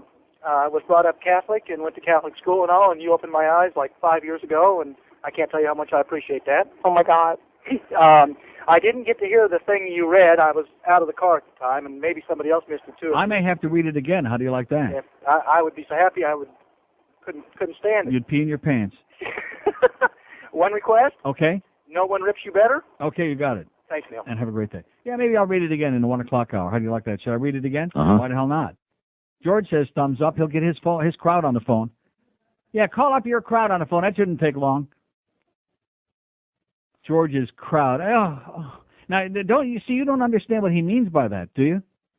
Apparently not. He's talking about Spicks. That's what he's talking I don't about. talk to more Spicks than but you do. Or that's I what talk he's to less, talking about. That's what he's talking about, I'm sure. Because most of what he said didn't make any sense anyway. They hate me way more than they do you. Well, you're not spick enough. I know. Well, too bad. But the wife keeps telling me. 567. They're not spick and span enough. 567-0560, pound 560 on the AT&T wireless line as we continue the search for intelligent life in South Florida. Now, I take that back. We continue the search for life. Forget about intelligent. I would just settle for life in South Florida as opposed to the usual smell of death. And when it rains like this, we get those big lakes, those man-made lakes, or God-made, whatever the hell they are. And you can smell the festering death in the air, especially near the condos, like in Sunrise and Tamarack and Lauderhill. Oh, that's something else in Lauderhill? Here's a mobile in Sunrise. Hello. Hello? Yes, sir. Yes. I listen to your show from time to time, and I agree with some of the things you say, and I disagree with some of the things you say. But as a Christian, obviously, I can't agree with the things that you've been saying over the past few moments. And I became a Christian on August 9, 1989. It's the greatest thing that ever happened to me. Oh. And everybody can't become a Christian. Everybody, it's hard for them to make the decision to do that. It's a lifelong decision. It's a hard. What does that make you better than us? Not at all. We're all the same. So what does that mean then? Not everybody can do it. How about if we put it this way? Not everybody is interested in doing it. Exactly. Oh. You're absolutely right. But Christianity is a real thing. The Bible is very true. And it's hard for us. How about all the things that I just read? Did you hear me read that? Piece? Sure. I heard all that, and I've heard that position before. Can you refute any of it? Well, as far as like when Elijah was being mocked by the children, and God sent the bear to eat the children. I mean, that was God's decision. That was an example. We really can't judge. An example of what? Sadism? No, an example of how children or how everybody should respect God's prophets. So in other words, like children who are disobedient shall be stoned to death? Is that No, that was the Old Testament. This is the New Testament since Jesus came. But sir, there's been a lot of forgiveness. Sir, that was handed by God to Moses. God told him that children who are disobedient shall be stoned to death. We're supposed That's an to. Old Testament law. That's not New Testament. Sir, you're not answering. You're not responding to me. The God that you believe in, the God of the Jews and the Christians, He said that. What kind of a God is that? Well, I still love my God because I know that if I... You're not responding to me, sir. I'm going to give you one more opportunity. You believe that God said that children who are disobedient should be stoned to death? Back in the Old Testament days, yes. Okay, thank you. You believe in that, and I'll believe in the tooth fairy, okay? Or any other fairy I choose. Woo! Heavy duty. Time to puff on a good cigar right now from Nick's. That's right, when you're stressed out like after a call like that, sit back and take one of those great Perdomo Reserves and just put that in your puss, light it up, and just put your feet up on the desk. And thank the Lord that you don't believe that kind of crap, okay? That your children aren't being stoned to death. And you won't get stoned from one of these great cigars either. Well, you never know. Who knows what those Nicaraguans are sticking in there. At any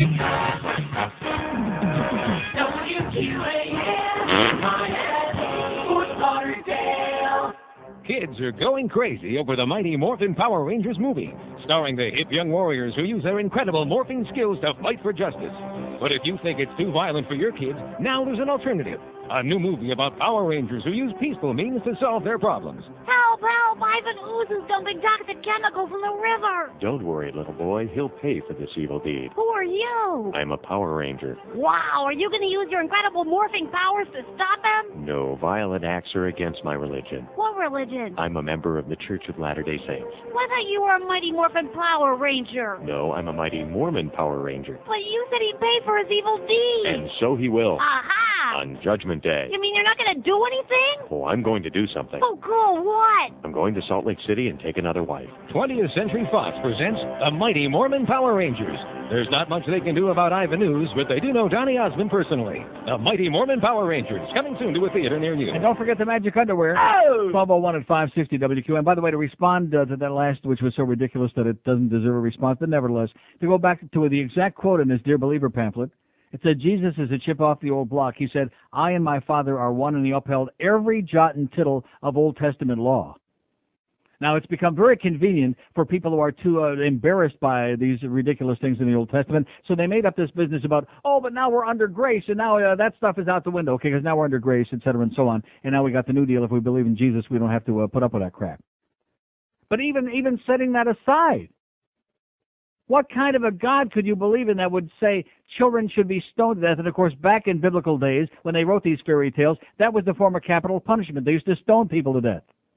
So if your kids are disobedient, if they mouth off, you don't give them a spanking, you stone them to death. All right. That's the kind of God we want to believe in. Maybe that's why there's so many, kids doing drugs today, because they read the Bible that says kids that are bad should be stoned. 567-0560, pound 560 on the. In fact, what's the big deal about marijuana laws, right? Doesn't the Bible say that kids should be stoned? Yeah. So leave them the hell alone, okay? Here's a mobile in Cooper City. Hello. Hey, how you doing, Neil? Okay, sir. First off, I want to say, those magic pants. How do they go to the bathroom again? Do you know? If they've only got they don't have like they're holy pants. They have special holes in just the right spots. Like glory hole. But you better have good aim. Exactly. Right. Oh my God! thing. I sure hope the Mormons never get diarrhea. Wow. That's right. Or maybe maybe that guy that complained the other day about the farting sounds. Yeah. I wonder if maybe he's one of the Mormons and he's one of those pants, and that's why he doesn't like those fart sounds. Could be. Exactly.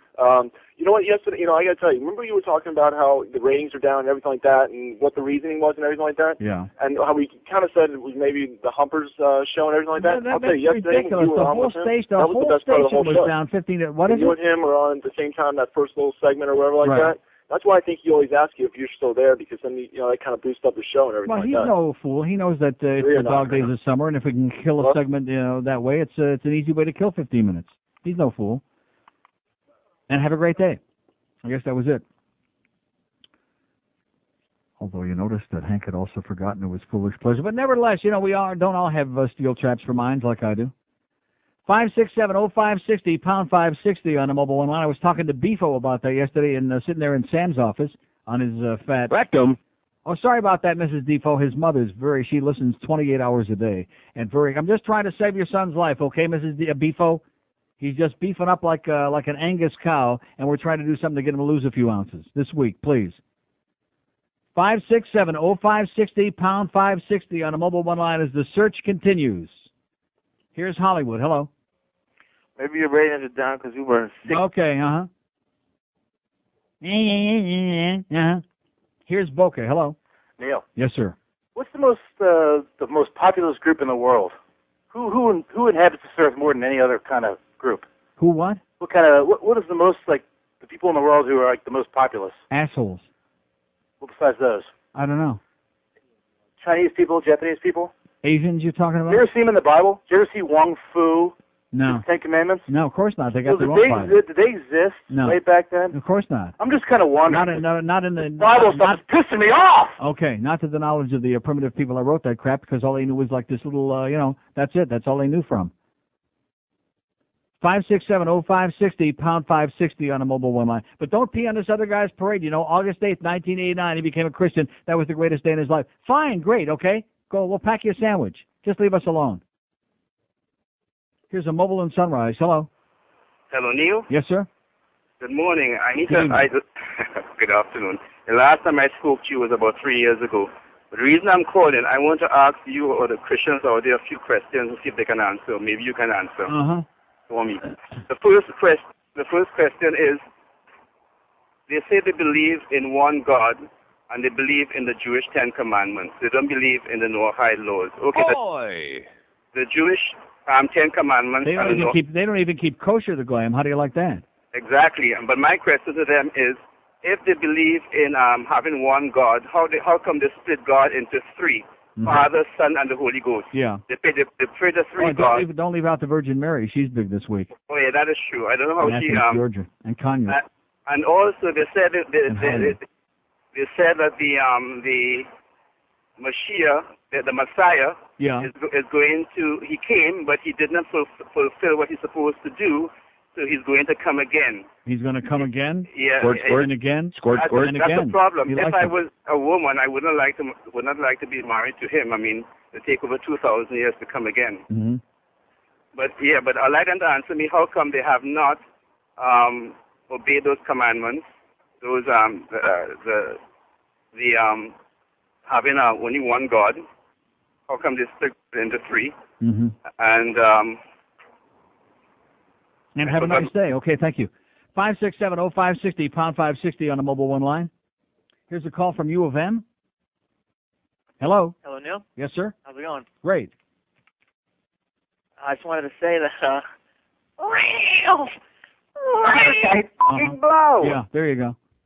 There you go. Listen to that. All the work that he put into that. That was terrific. Fantastic. Glad you're learning the good stuff there at U of M. Suntan U. Nice going, sir.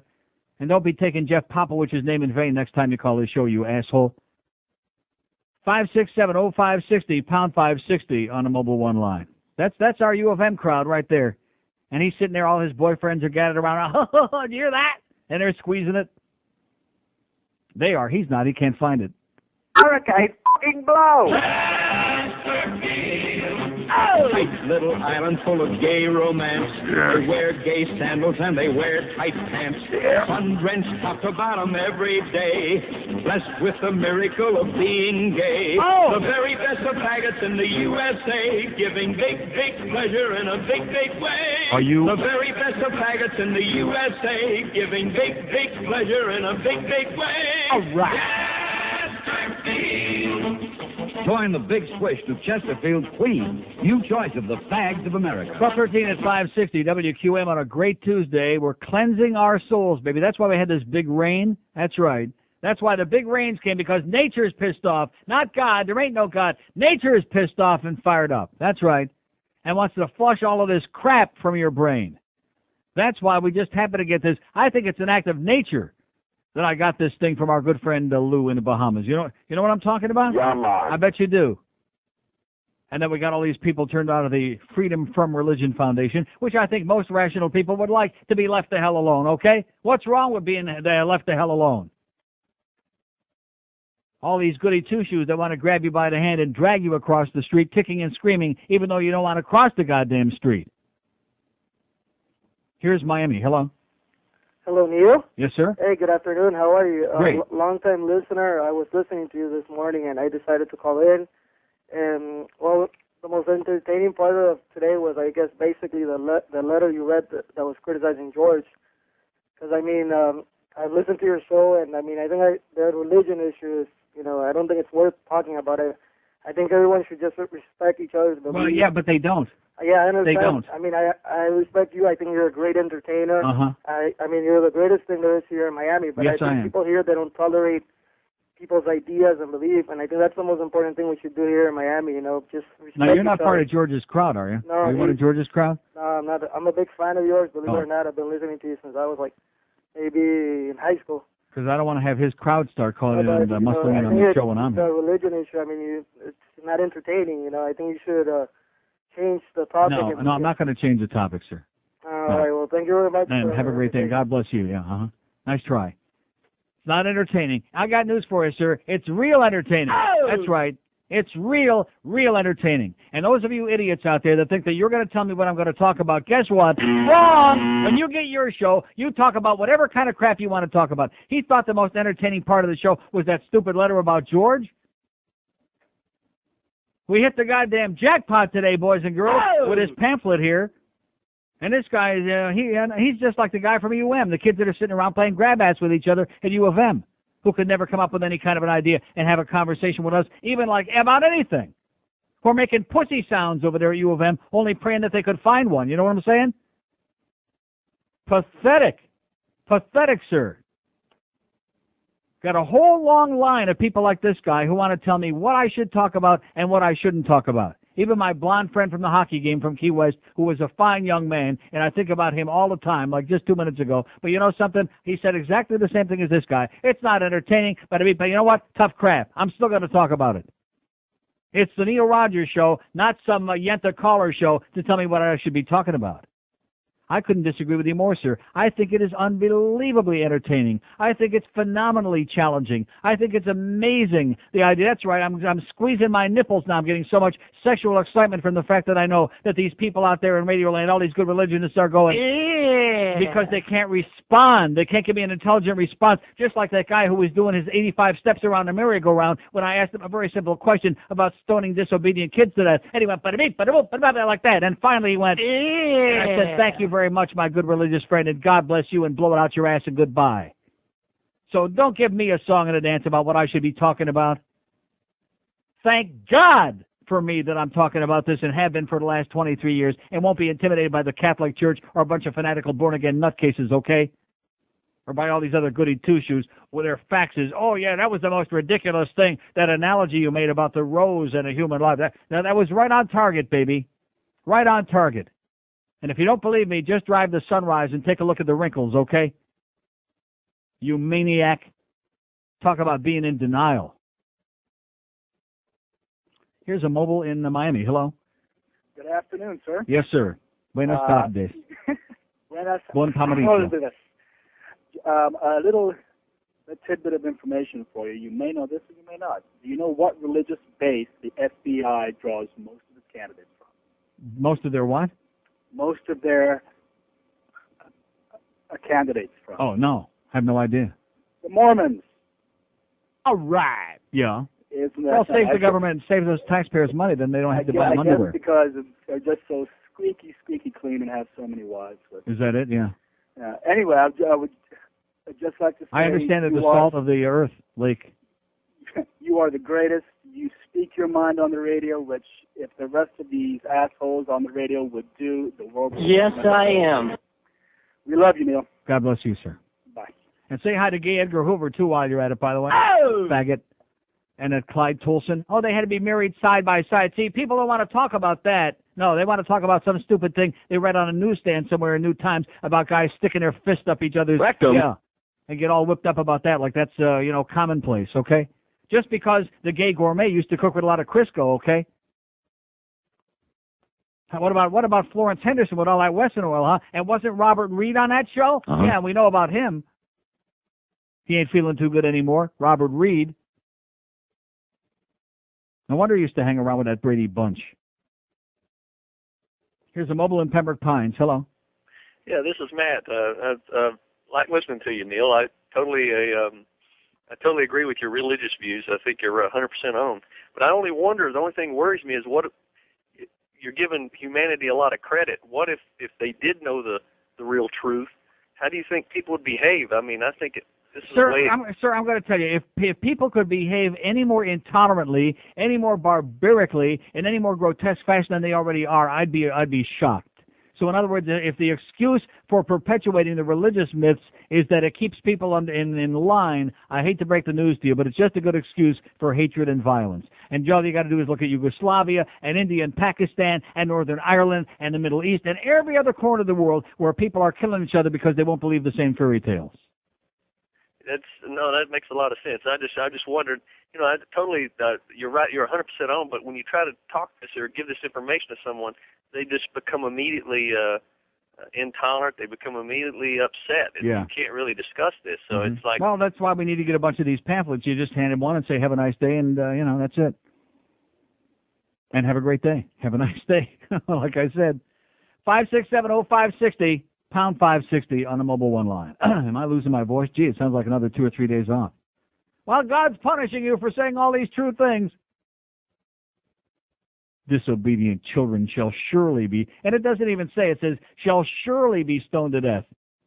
And the mother in there, who of course don't get mentioned because she's a woman, she says, don't call me Shirley. That's what she said. Here's Miramar. Hello. Yeah, Neil. Yes, sir. Listen, one thing is this guy who called a couple calls ago and he said, well, we got to respect everybody else's beliefs. I can't respect somebody whose belief is based on a book that says stone disobedient children. I mean, I just can't give those people respect. And the idea that a God would have you burn in eternal hell if you didn't believe a bunch of ridiculous fairy tales, you're going to burn in eternal hell, that sounds just like the kind of God I want to put my life in his hands. I want to, this thing with the tolerance, people would read the history of the United States a little bit and read about guys like Thomas Paine, Benjamin Franklin. Oh, now you sound George like a Washington. communist or like a stuff disturber. Okay, well, one thing that I have to say about you, about all these guys who are criticizing you, have them read the First Amendment. Yeah. That'd be a good thing. They don't know where to find it. Not only that, I want to know either. This guy, the other guy called up and said, well, that was back in the ancient times. Let me tell you what happened, and I read it in the paper last week. Yes.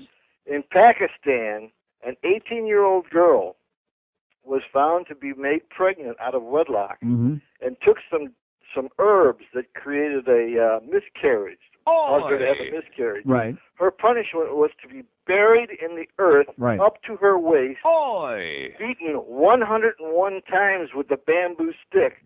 She died. Right. What a shock. And that was last week. Right. And if we didn't have these guys like Thomas Paine, George Washington, Thomas Jefferson making laws to protect the people who lived here back then, they'd be stoning the kids today, right here. Absolutely correct. Okay, so keep up the good work. And God bless you. Bye now. 5670560, pound 560 on the mobile one line. See, it's easy to come on here and tell people the things that they want to hear, but when you come on here and you say things that rattle their cage a little bit, oh, gee, you got to stop doing that. We're upset about it. We're pissed off. Too bad. Too bad. You want to know why? Oh, well, now what? Oh, geez. It came up under a piece of on the thing there. How do you like that? How do you like that? What I wanted to say was... Pissed off gets me fired up when I hear someone say that. Oh! See, there you go. Yeah, let's talk some ball scores, okay? Let's get some ball scores on there again, or give some more misinformation about some sports stuff. That's really interesting. Not. Bunch of crap. Bunch of caca. Bunch of illiterate goons. That's with a G.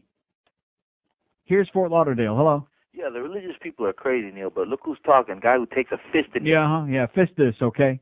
My dark-complected friend, fist this. One-track pony, okay? Maybe it's stuck and he can't get it out. Maybe that's the problem. You know, just like that Sally Fitz situation we had over there at Channel 7 a few years ago. Every now and then it happens. Stuck and can't get off. That's it. 567-0560, pound 560 on the Mobile One line. Here's Miami. Hello. Hello? Yes, sir. Ah, good. Some years ago, do you remember a man by the name of Joseph Lewis? No. Well, what it was that he was the Joseph president Cotton. of the Free Thinkers of America, Yeah. stationed in New York, and they put the cross on the courthouse here back in the 60s, and we were instrumental in getting the darn thing off. We Great. sued, one thing or the other. Excellent. But this is something that I thought might be interesting. There's Tell a him book to that I show the cross to Dracula, and other than that, keep it out of our face. That's right. There's a book that I have that was written in 1875 by Sir Graves, and it's called The World's 16 Crucified Saviors. Mm-hmm. And they have almost the identical Oh, yeah. genealogy It's as the same Jesus. story. The Christianity stole it from religions long before there was ever any Jesus. Right. In fact, one of the The models... birth, the reincarnation, all that. Blood. Yeah, right. All this stuff was in other primitive religions, and they were just stolen. They just picked and chose whatever to make a new religion. Well, the one that was interesting, what he mentions in the book, in the British Museum in London, they had a statue of Krishna which predated Jesus 1,200 years. And it shows him there in a crucified position with holes in the arms and the hands and the feet and so forth, Anyway, there's I think that most of the people believing this have a hole in their head. I think that's where the hole is. Absolutely. But here's another one holy that problem. your listeners would want to get that's excellent. 2,000 Years of Disbelief by James McNaught. And he mentions every great person that you can think of, anyone who is a thinker, let me put it that way. Right. And it's beautiful. Now, could I be returned to George so I can get the address of that? You bet. Hang on. Thanks. Line 4. Okay, 1225 here at 560 WQM. We're revolutionizing the universe today. Are we? Are we revolutionizing it? No. No. But nevertheless, we got this thing in the mail, and people say, well, you keep bringing this stuff up. I didn't, it was an active Lou in the Bahamas there, or wherever he is. Is he in the Bahamas? Where's his card? Yeah, he's in Freeport, Grand Bahama Island, my good friend Lou, who sent me this little pamphlet yesterday. It came in the mail. I read it at home last night. I thought, God, this is great. I'm going to read it on the air tomorrow. And I did. It's not like I got some kind of agenda or some kind of a plot here. It's just that when something good comes along, you go on the air and you spew it. That's all. When in doubt, you spew it out. Oh! As opposed to sitting around and just being another nerd that repeats like a parrot the same crap that everybody else is saying. Just like on CBS Evening News last night, Dan Rather sits there, and the Pope did this, and they report this like this is news? This is news that a man in a dress said a bunch of stupid crap? Oh, my God. Yeah, the Pope's over there telling bad Pollock jokes. Nice going, John.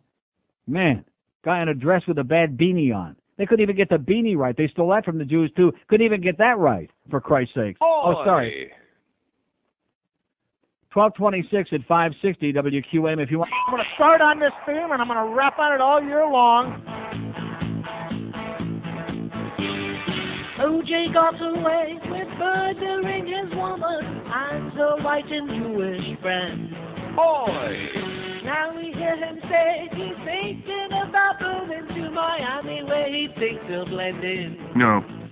Go back! Go back! Yeah. Go back to hell where you belong. Go back! Go back! Go back to hell where you belong. Go back, OJ. We can go to a next call on Super Talk Radio. Yeah, come off the air, you murdering asshole! What'd you say to me, you what? I kill your ass. I've been stabbing your white ass. It wouldn't be the first time I got away with it.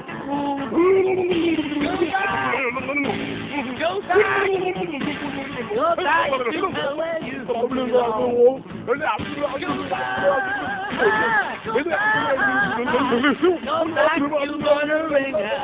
I'd like to thank everybody for welcoming me to that neighborhood. All right, 1232 at 560 WQM. You know, the guy that called before, a few calls back, which we've had so many, and was asking about, you know, what the world would be like today without all this religious bullcrap and the threat of hell, et cetera, hanging over everybody's head. Well, you see, when you look at some of these religions, not to name any in particular because we've got some very uptight, very psychotic people out there, when they tell you that good works alone won't get you to the kingdom of heaven, but that you got to believe in all this other fairy tales, there's no incentive to be a good person. There's no motivation for anybody to do anything good, or to be kind to each other, or to be considerate, or not to do all this other crap. They're not, because as long as on your deathbed you say, oh yeah, I believe, yeah, okay, you're going to heaven. What kind of a religion is that? A profitable one. Exactly. But as far as motivation to do any good, no, it's not there. Just keep spouting that you believe in this crap, and just like Jim and Tammy Faye, just keep ripping everybody off. And even if you do get caught and spend a few years in jail, as long as you believe all the right crap, you're going straight to heaven. All right. Oh! Sick and twisted and idiotic. 567-0560, pound 560 on the mobile one line. Here's a mobile in Davie. Hello. Hey, Uncle Neil. Yes, sir. Yeah, it's a West Davie Trailer Park Trash calling in. All right. And as ignorant as I am, I just can't believe the hokiness of thinking that there's like some being that lives in the sky that can keep an eye on our thoughts and everything that we're doing of everyone, everywhere, at every minute of the and day. like Chris Antley said Saturday, if God would have wanted Charismatic to win the Belmont, he would have won the race. I mean, it's so hokey to me. It's like, my God, I mean, anybody with a fifth grade education should be able to figure that out. Right, juvenile. I just wanted to ask a shameless request if I could. Yes, sir. Could you play the Jeff Gordon song when you get a chance? Will do. You rule, Neil. All right. All right, bye. Jeff Gordon, haven't played that in a while. That's because we don't get Joe Costello all upset now that Saturday morning show is taken off. 567-0560, pound 560 on the mobile one line here. We're pounding on it, baby. We're whacking, we're weeding, we're working at it to try to knock some sense into the brains out there, the nimble minds, whatever few we have left, especially in this town, man. Oh. Yeah. Here's Miami. Hello. Hello, Neil. Yes, sir. How you doing? Great. Great. I have three things I'd like to say. First of all, I tuned in kind of late today, and I would love it if you could repeat that pamphlet. Yeah, I'll do it right after 1 o'clock. Okay. And I want to get on hold with George so I can get the pamphlet sent to me. Okay. And what's the third thing? Third thing, yeah, can I make a shameless request? Yes, sir. It was my girlfriend's birthday, and I was late in getting to you on the phone. Can I please wish her happy birthday? Go right ahead, sir. Happy birthday, Sharonette. Well, wait a minute. Let me do a little thing here, okay? Okay. Probably wouldn't be the first little thing she's had, but... Well, you know.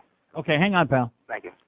Okay, take care of our friend there, okay? Take good care of him. By the way, thanks to the person out there. See, not all the stuff that comes in the fax machine is crap. Somebody was kind enough to fax me this article from the New Yorker about the Miami Herald that the guy called in at the beginning of the show about. The Herald's Cuban Revolution, how the Miami newspaper got caught between the pressure for more profit and the city's Hispanic community, by Mimi Schwartz. Thank you profusely. It's a very long article, which I'll read at my leisure. Thank you. Okay, where are we going? Here's a mobile implantation. Hello. Neil. Yes, sir. I've been associated with the church for about maybe close to 40 years now. And it's obvious to me that, like, what you say or what you do, it's obvious. Like the hand of the dark side is upon you. Oh, the hand of the dark side. Force. You mean like O.J.'s hand? He had kind of a dark hand. No, but it's very obvious. Anybody that this believes. guy must have seen Star Wars too much. No, it's obvious. Anybody that believes can see that. Can see what? Hear it. Just in see 1 minute what? listening to you, they can understand that you're being like you're a puppet of the devil. By what? What? Because I don't agree with you. Well, I'm not asking you to agree with me. It's just that it's going to. Where are you going to be? It's going to what? Where am I going to be when? Well, Well, sir, you are we having a conversation, sir? No, we're having a I keep conversation. saying and something, I'm trying and then to explain something to you. I ask you a question, and there's no response. Where am I going to be when? When I die, I'll be in a box like everybody else in the ground. You won't be in a box. You'll be in hell. Oh, I'll be burning in hell. Here's another box one of these. is only, sir, you know something? Sir, I transitionary. only wish I'd give my left arm and half of the right if I could be as wonderful, a good, decent person as you are that would condemn somebody to burn in eternal hell because they don't believe the same thing you do. What did I do to you? Did you just hear what I said? Yeah, no, I heard what you said. Yeah, what did God I is say? with me. God is with me all the time. Yeah. And He's with me now. like on your shoulder, like a parrot? Well, he helped jumpstart my car this morning. Uh-huh. Oh, okay. Well, I'm glad he's doing important stuff. Good. No wonder he's not helping to solve the war in Yugoslavia. He's helping you jumpstart your car. Good. See, I think the hand of the dark side probably was on your car's battery trying to give you a message to mind your own goddamn business and stop being so intolerant and tell other people that they're going to burn in hell. Only real sick people tell people that they're going to burn in hell because they don't believe the same fairy tales that you do. The whole concept of your soul burning in hell eternally because you don't believe some crap is so sick and so twisted that I hope your car battery dies, okay? I don't hope you die because I don't wish anybody any ill, but I hope your car battery dies and I hope at Sears they rip you off. And they will. 567-0560, pound 560 on the mobile one line. Rhymes with Shixie. Neil God.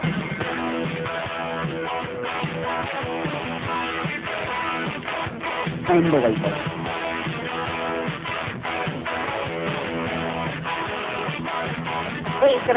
He's a wonder boy toy. Had a major windstorm. Likes the Hershey Highway. Yeah. And reading Martha Stewart. He's winning lots of races, baby. And the positive wins the battle. Rearing Earnhardt with no mistake. Just getting much for the job.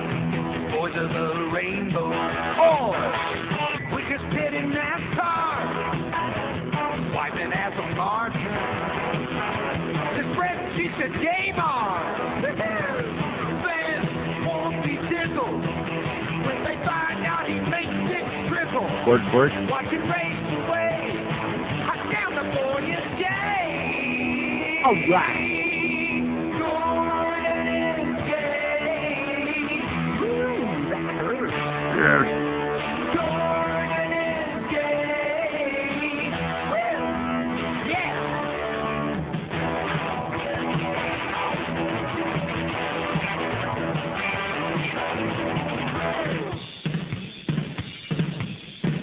On the racetrack, laps he can maneuver, has the biggest fan club, and he sucks just like a Hoover.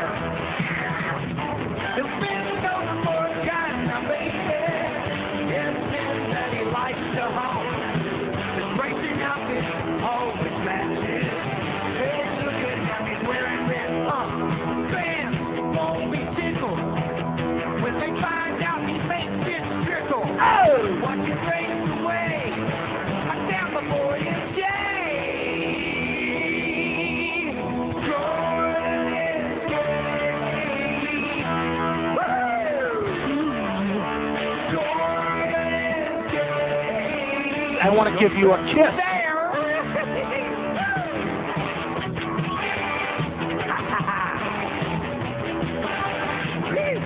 Feeling good now.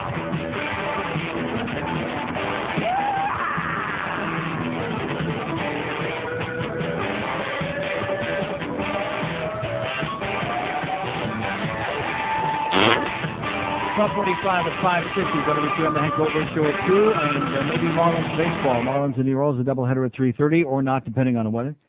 Just had this fax in off the Paul Harvey newsreel from no less a right-winger than Paul Harvey. A church in Tampa was found guilty of dealing in stolen merchandise and food stamps.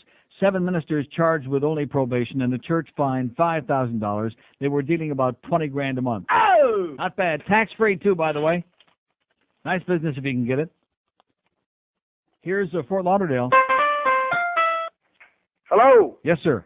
Hi, Neil. This is Matt from Fort Lauderdale. Yes, Matt. I have no idea what you guys have been talking about, but today's my birthday. Yep, thank you very much. Sir.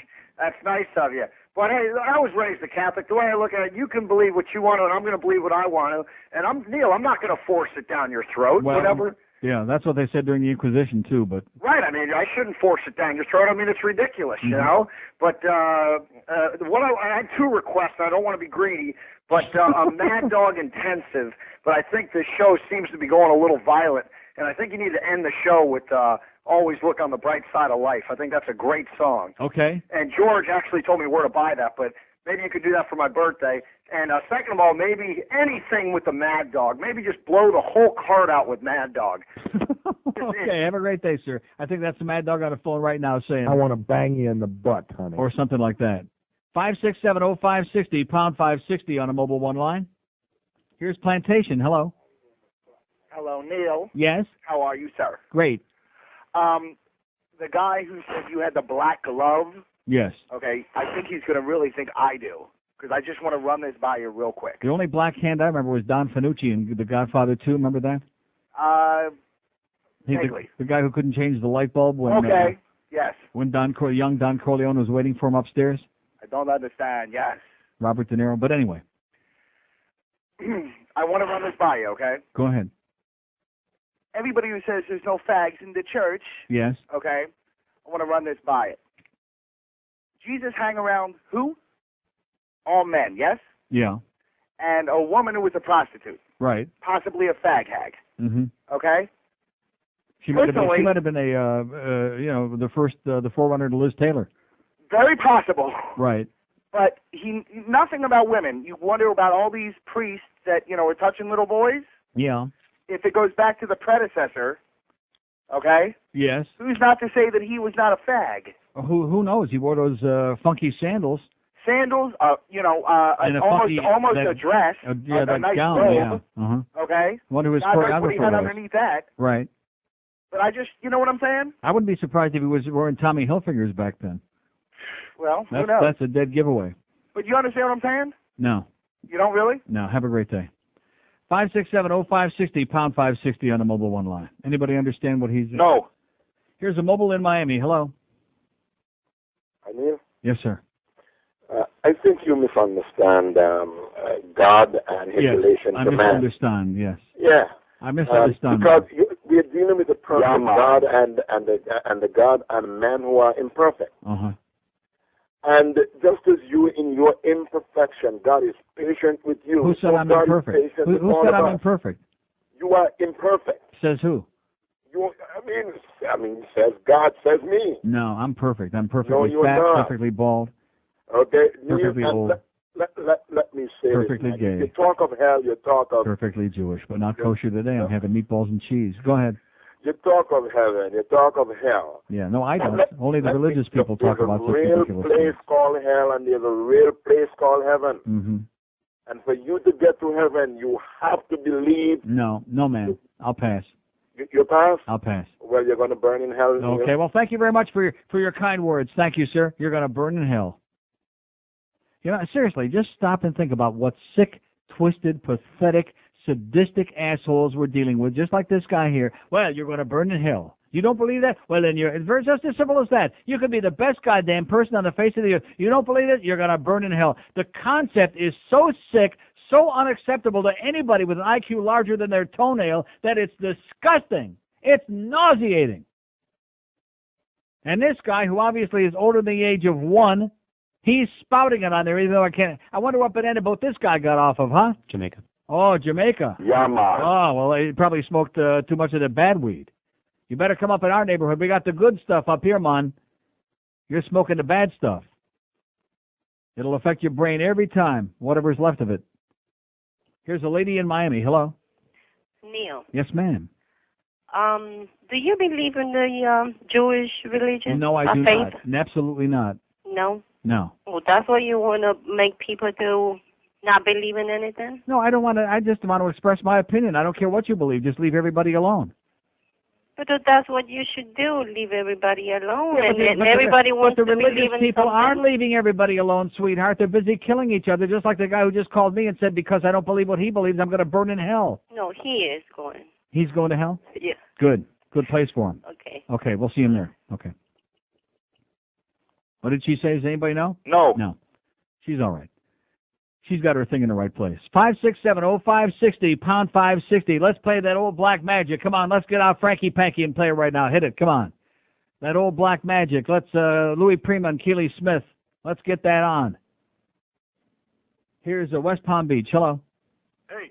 Yes, sir. West Palm? That sounds like you. How you doing, Neil? Great. Hey, I've never listened to your show before. I turned it on for the first time. Oh, my God. And, hey, I'm a Christian, and I just have a question for you. Do you believe in Jesus? No, I do not. Okay. You know there's more proof that Jesus lived and walked the earth and did all the things that he said Yeah. he did in the Bible, Uh-huh. and the Pilgrims landed on the United States. On Plymouth Rock, Columbus yeah. discovered America. Uh-huh. Do you None. believe that? No, I do not. You don't believe in Columbus? No, I don't. You don't believe in No, Columbus? I don't believe in Jesus, no. Do you believe in Columbus? It's not a question of believing it. Yeah, there probably was a guy named Christopher Columbus. He was a Jewish sailor there. Yeah. Let me ask you this. If all the people believed in the Bible and did all the things Sir, that the Bible let me says, ask you this. What difference does it make what I believe? What difference does it make? well, believes in what people believe. No. What difference does it make what I believe? Why can't you believe what you want to believe and let everybody else believe it or not? Remember that show, that Ripley, Believe It or Not? Why not leave everybody else alone? Well, why don't you then? I mean, just like the last lady said, why don't you? So in other words, I'm the one who started all this. I'm the one that started the war in Yugoslavia and the war between the Indians and the Pakistanis and the war in Northern Ireland between the Protestants and the Christians. And I'm the one who killed all those people during the Crusades and the Inquisition? Not at all. Intolerant religious people have been hassling and harassing and killing each other since the beginning of recorded time. That's the point, which you evidently don't get. No, I get that. And you're also going to find hypocrites throughout the world that say they're religious and say they're this. Okay, well, the real Christians, please stand up. That's always the deal, okay? Well, the real Christians, please stand up. Please raise your hand. There we go. Raise your hand high in the sky. Let's get out the magnifying glass and find the real believers out there. Come on, let's start looking. Let's start scoping this out, okay? Let's get out the search party. Let's get Jack Webb. Put him on the case. Let's get a dragnet and see a drag queen. Sir, have a wonderful life, okay? You know, never heard the show before. Just another radio accident. It must have been an act of God. Oh, God. Must have been. 567-0560, pound 560 on a mobile one line. And every day when you're driving out there and you see all these idiots doing all of these unacceptable things, and you say to yourself, God, there are so many assholes, so many really dumb people. Just sit and listen to these people today. And you'll say, guess what? I was right. There are a lot of dumb people out there. A lot of idiots. Here's Lake Worth. Hello. Neil, George, how you doing today? Okay, sir.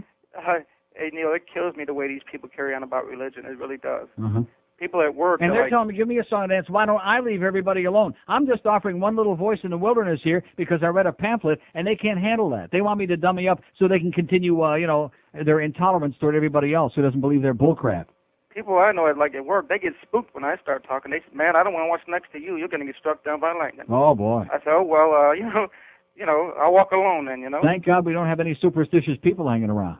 Yeah, and there's, can you recommend a book on that subject, by the way?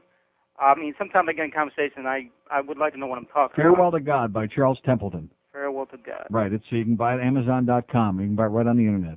Oh, well, I don't have a computer, but I have friends who do. Okay. Hey, and one thing, I do believe in heaven and hell. I believe South Florida is hell and Las Vegas could be heaven. All right. All right, sir. See you there. Bye now. Now we're talking. Oh! That's right. Oh, you're going to burn in hell. Let me say this to you right now. Anybody who calls this program or any other program or even utters those words to any other living being, even a dog, a cat, a alligator, a lizard, anybody who utters those words, you're going to burn in hell. Do you have any idea how stupid you sound? Do you have any clue?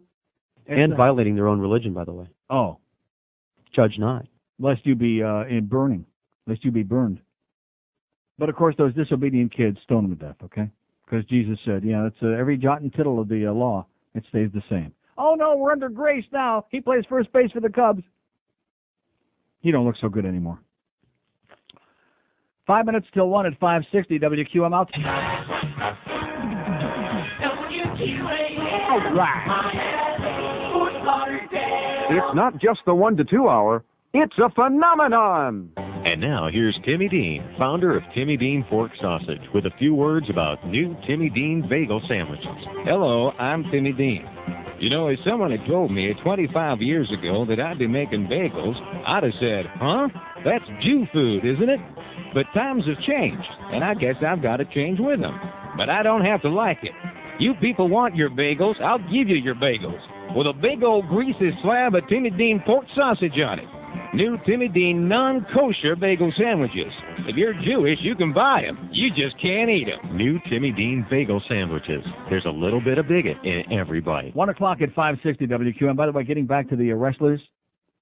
So in the letter that Sean sent me from Northwestern, he sends me an article here, a clipping from the newspaper. FBI investigates NU tapes.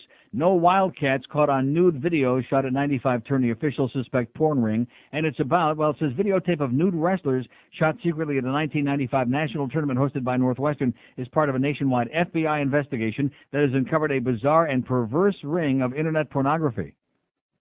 The shocking footage was captured in locker rooms at the Midlands Wrestling Championships, the nation's second-largest collegiate wrestling invitational, held at Welsh Ryan Arena December 29th and 30th, 1995. No Northwestern wrestlers appeared on the tape, thank God.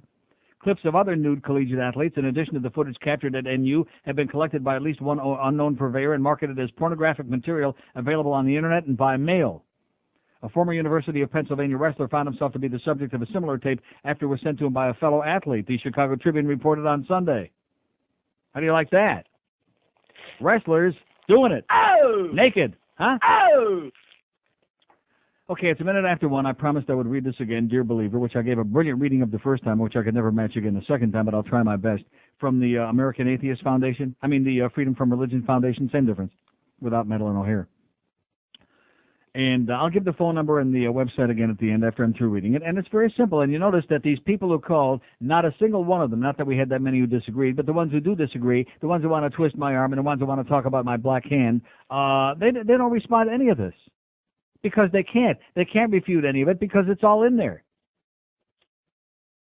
The pamphlet is called Dear Believer, and it says, you asked me to consider Christianity as the answer for my life. I have done that. I consider it untrue, repugnant, and harmful.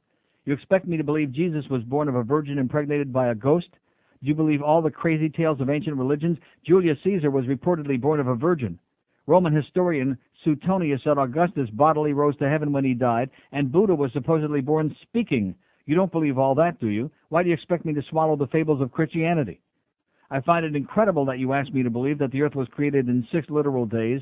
Women came from a man's rib. A snake, donkey, and a burning bush spoke human language. The entire world was flooded, covering the mountains to drown evil. All animal species, millions of them, rode on one boat.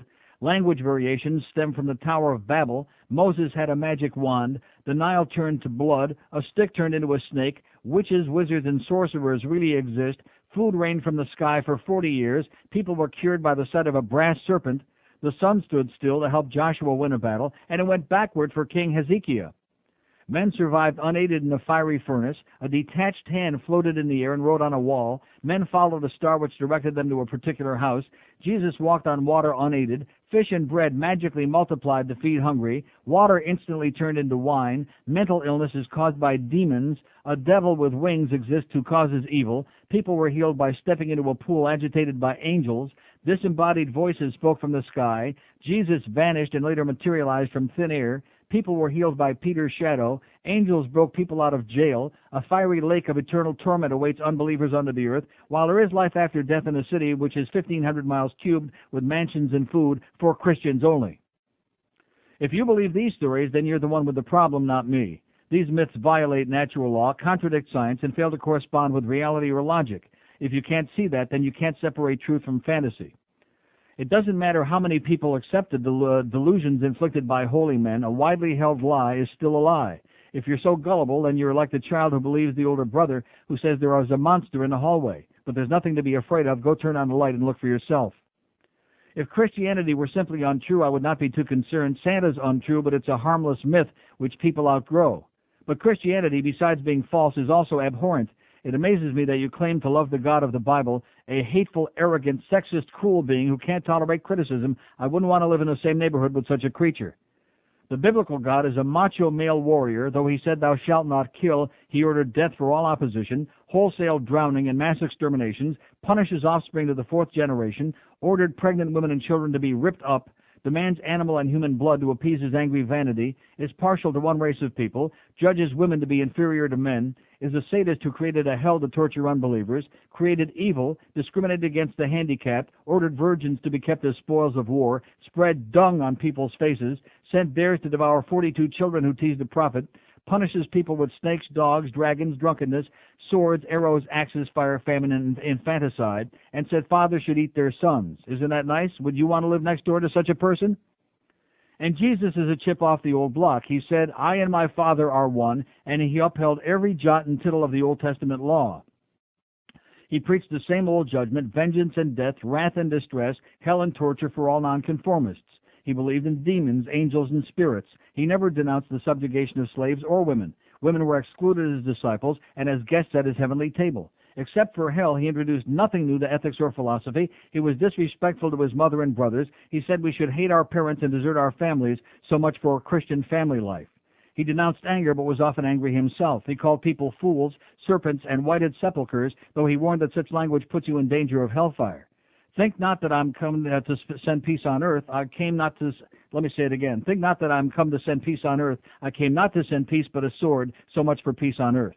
He irrationally cursed and withered a fig tree for being barren out of season. He mandated burning unbelievers. The church has complied with relish, by the way. He stole a horse. He told people to cut off hands, feet, eyes, and sexual organs. You may want me to accept Jesus, but I think I'll pick my own friends, thank you. One of Jesus' many contradictions was saying that good works should be seen and then not seen. One of his mistakes was saying that the mustard plant has the smallest seed. The writers of Matthew and Luke couldn't even get his genealogy straight, contradicting the Old Testament and giving Jesus 2 discrepant lines through Joseph, his non-father. I also find Christianity to be morally repugnant. The concepts of original sin, depravity, substitutionary forgiveness, intolerance, eternal punishment, and humble worship are all beneath the dignity of intelligent human beings and conflict with the values of kindness and reason. They are barbaric ideas for primitive cultures cowering in fear and ignorance. Finally, Christianity is harmful. More people have been killed in the name of a God than for any other reason. The church has got a shameful, bloody history of crusades, inquisitions, witch burnings, heresy trials, American colonial intolerance, disrespect of indigenous traditions such as the American Indians, support of slavery, and oppression of women.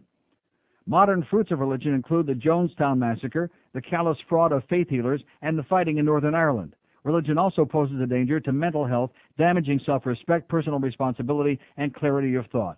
You see why I do not respect the biblical message? It's an insulting bag of nonsense. You have every right to torment yourself with such insanity, but leave me out of it. I have better things to do with my life. Thank you, Chuck. Chuck just brought lunch, and it was Trafe. For further information, contact the Freedom from Religion Foundation, P.O. Box 750, Madison, Wisconsin, 53701. Here's their telephone number. It's 1-608-256-8900. If you want copies of this, it's called Dear Believer, 1-608-256-8900, and it's also printed out on their website, which is www.ffrf.org. ffrf.org. Oh, there's that FF again. Thank you so much, Joe. Now we're even for the Yankee tickets. Oh, so, okay, there you go. I read it again, and I feel like the black hand isn't even touching. It's not even close. How do you like that? Oh, that black hand. It's instead of dealing with the facts, instead of refuting any of this stuff, instead of specifics, just talk a lot of gobbledygook, which they do best. 567-0560, pound 560 on the AT&T line. It's 108 at QN. Hank Gold. Hi, this is G. Gordon Liddy, and they don't come any worse than Neil Rogers.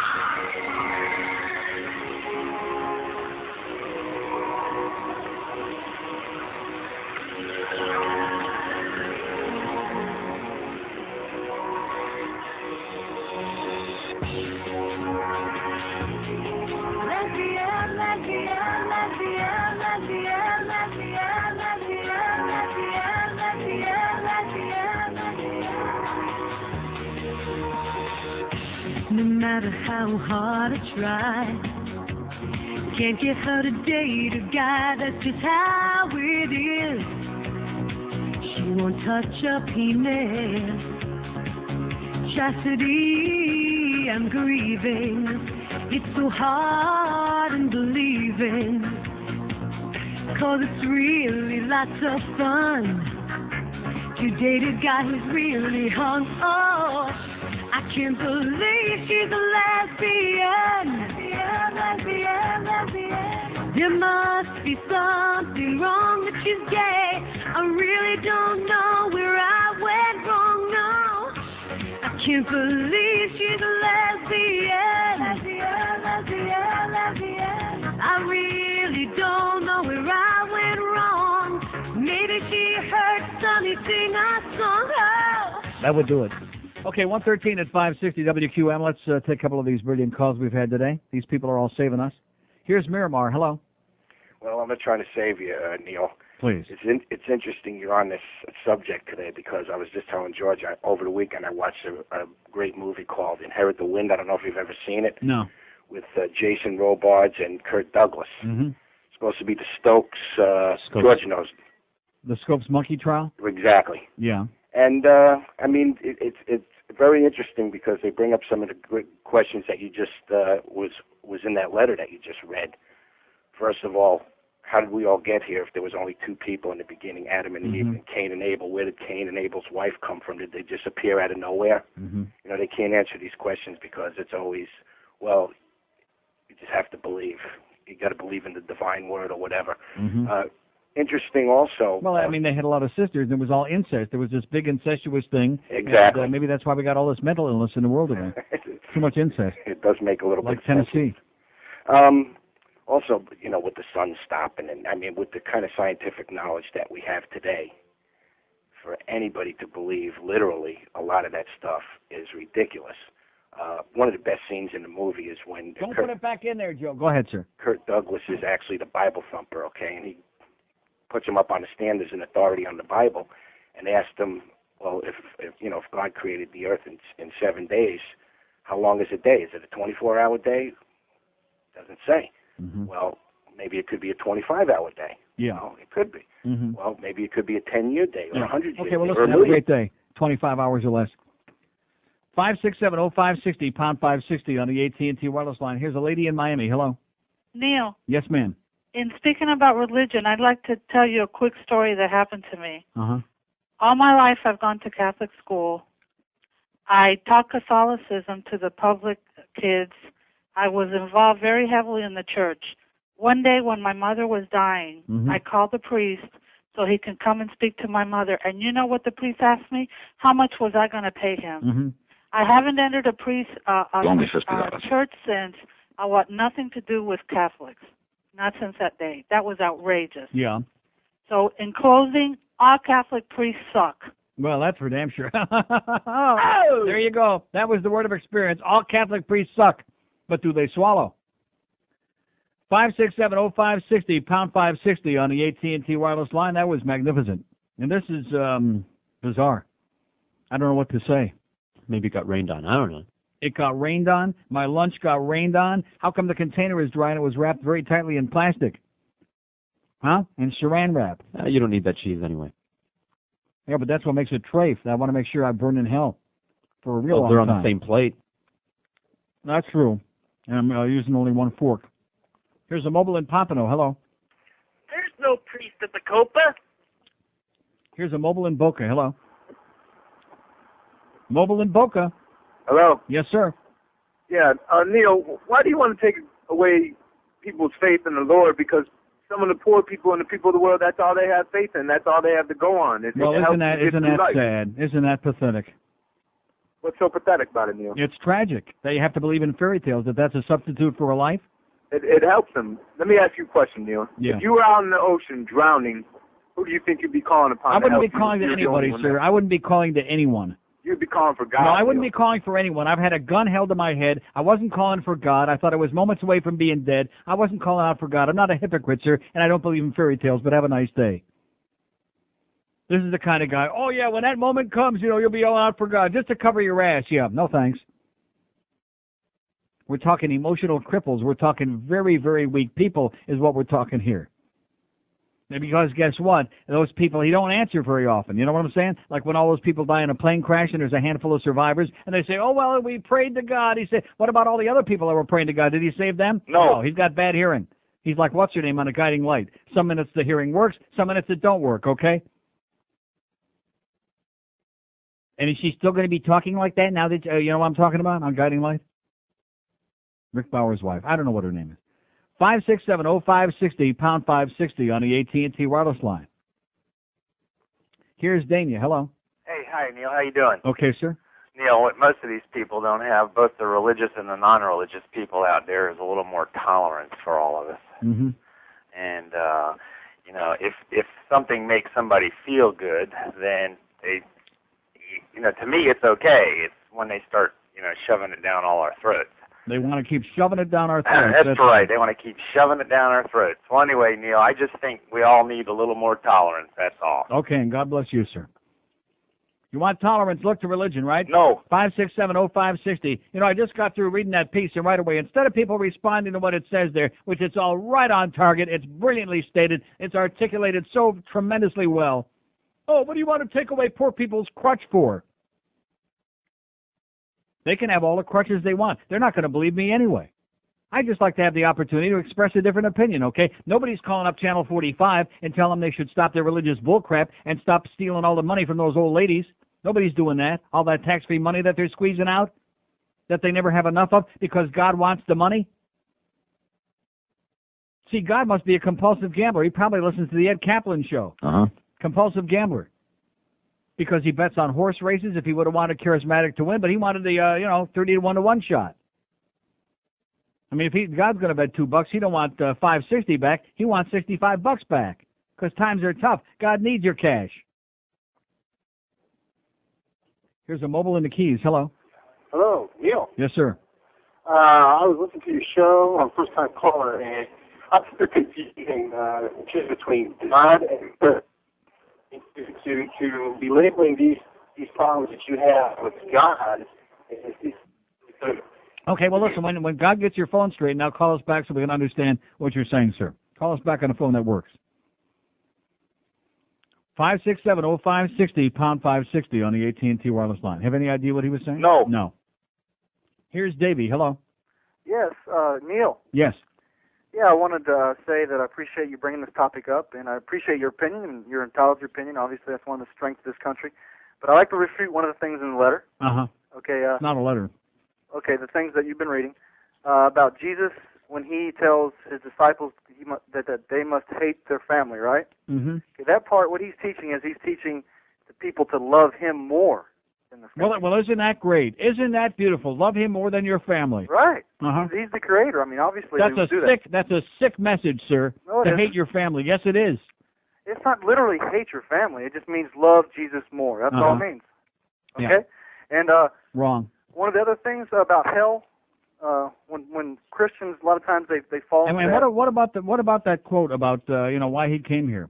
Not why did Jesus come here? He didn't come here to send peace. He came to send a sword.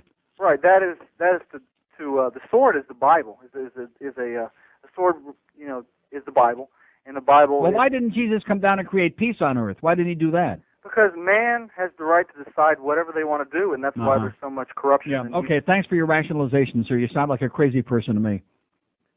567-0560, pound 560 on the AT&T wireless line. Oh, man's got free will. Well, how come?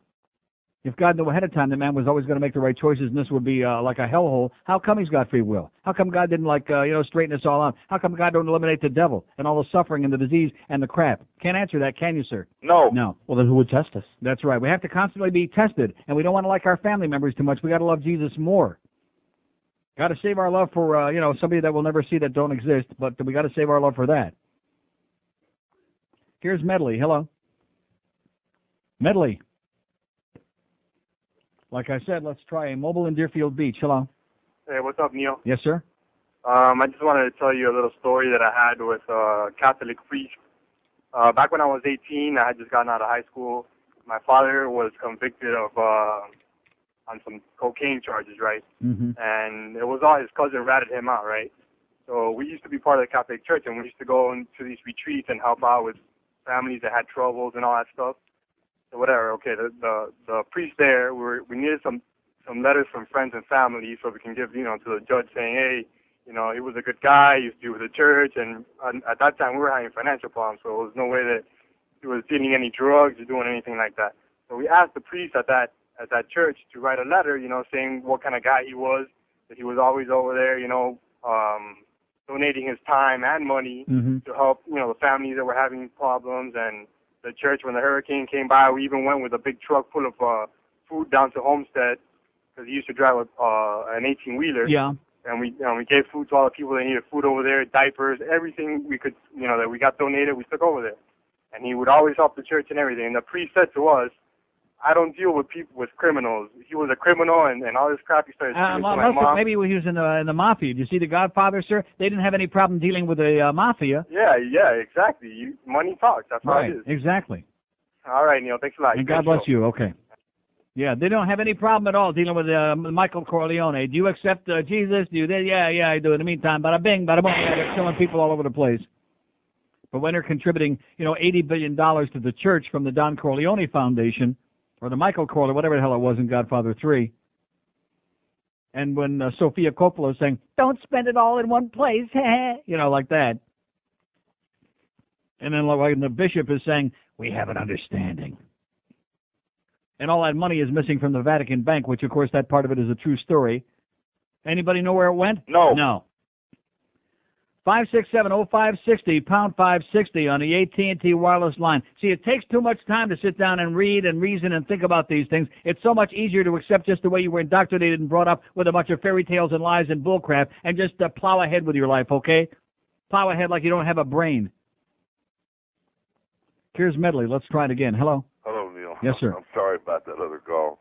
There's a very short letter to the editor that really touches well on what you're talking about today. Yeah. And with your permission, I'd like to read it to you. I read very fast, so. Go ahead. It says, let them question. Under your June 1 front page headline, Faith, young people are encouraged and praised for their fervent religiosity, I guess it is. They want to belong, a Christian radio host is quoted. But where is the support for the much braver youth who question the existence of God? Where was he when we needed him? Mm-hmm. Where was his angel sent to stop the tragic bullet at Columbine High School? Right. As we approach the third millennium, let us not deny support to the courageous doubters among our youth who avoid the hordes of lemmings blindly following primitive myths. Let them know of secular humanism and the great freethinkers of the centuries who lead humanity with science, reason, and enlightenment to a better world. Oh, God forbid. I'm telling you, that's a tough letter. Which paper was that in? Miami Herald letters to the editor, today's edition. Okay, I got it. Thanks a lot. Okay, Bo, bye. See you. 126 at 560 WQM. We have open line, a couple of them, 567-0560, pound 560 on the AT&T wireless line. Now, which was that, the New York Daily News that Hank brought in there? That's got on the front page the big story. Hold it up there so I can read it. It says, holy shot, LJ's 4-point play clocks Hicks. Clocks the Knicks. Hicks. Yeah, holy Mackinac, as Joe Bowen would say, it's Allah that done it. Holy shot. I guess they left the I off. Yep, there you go. Allah wanted them to win the game. Allah must have been betting on the Knicks. He must have had, had a heavy-duty bet going on that game.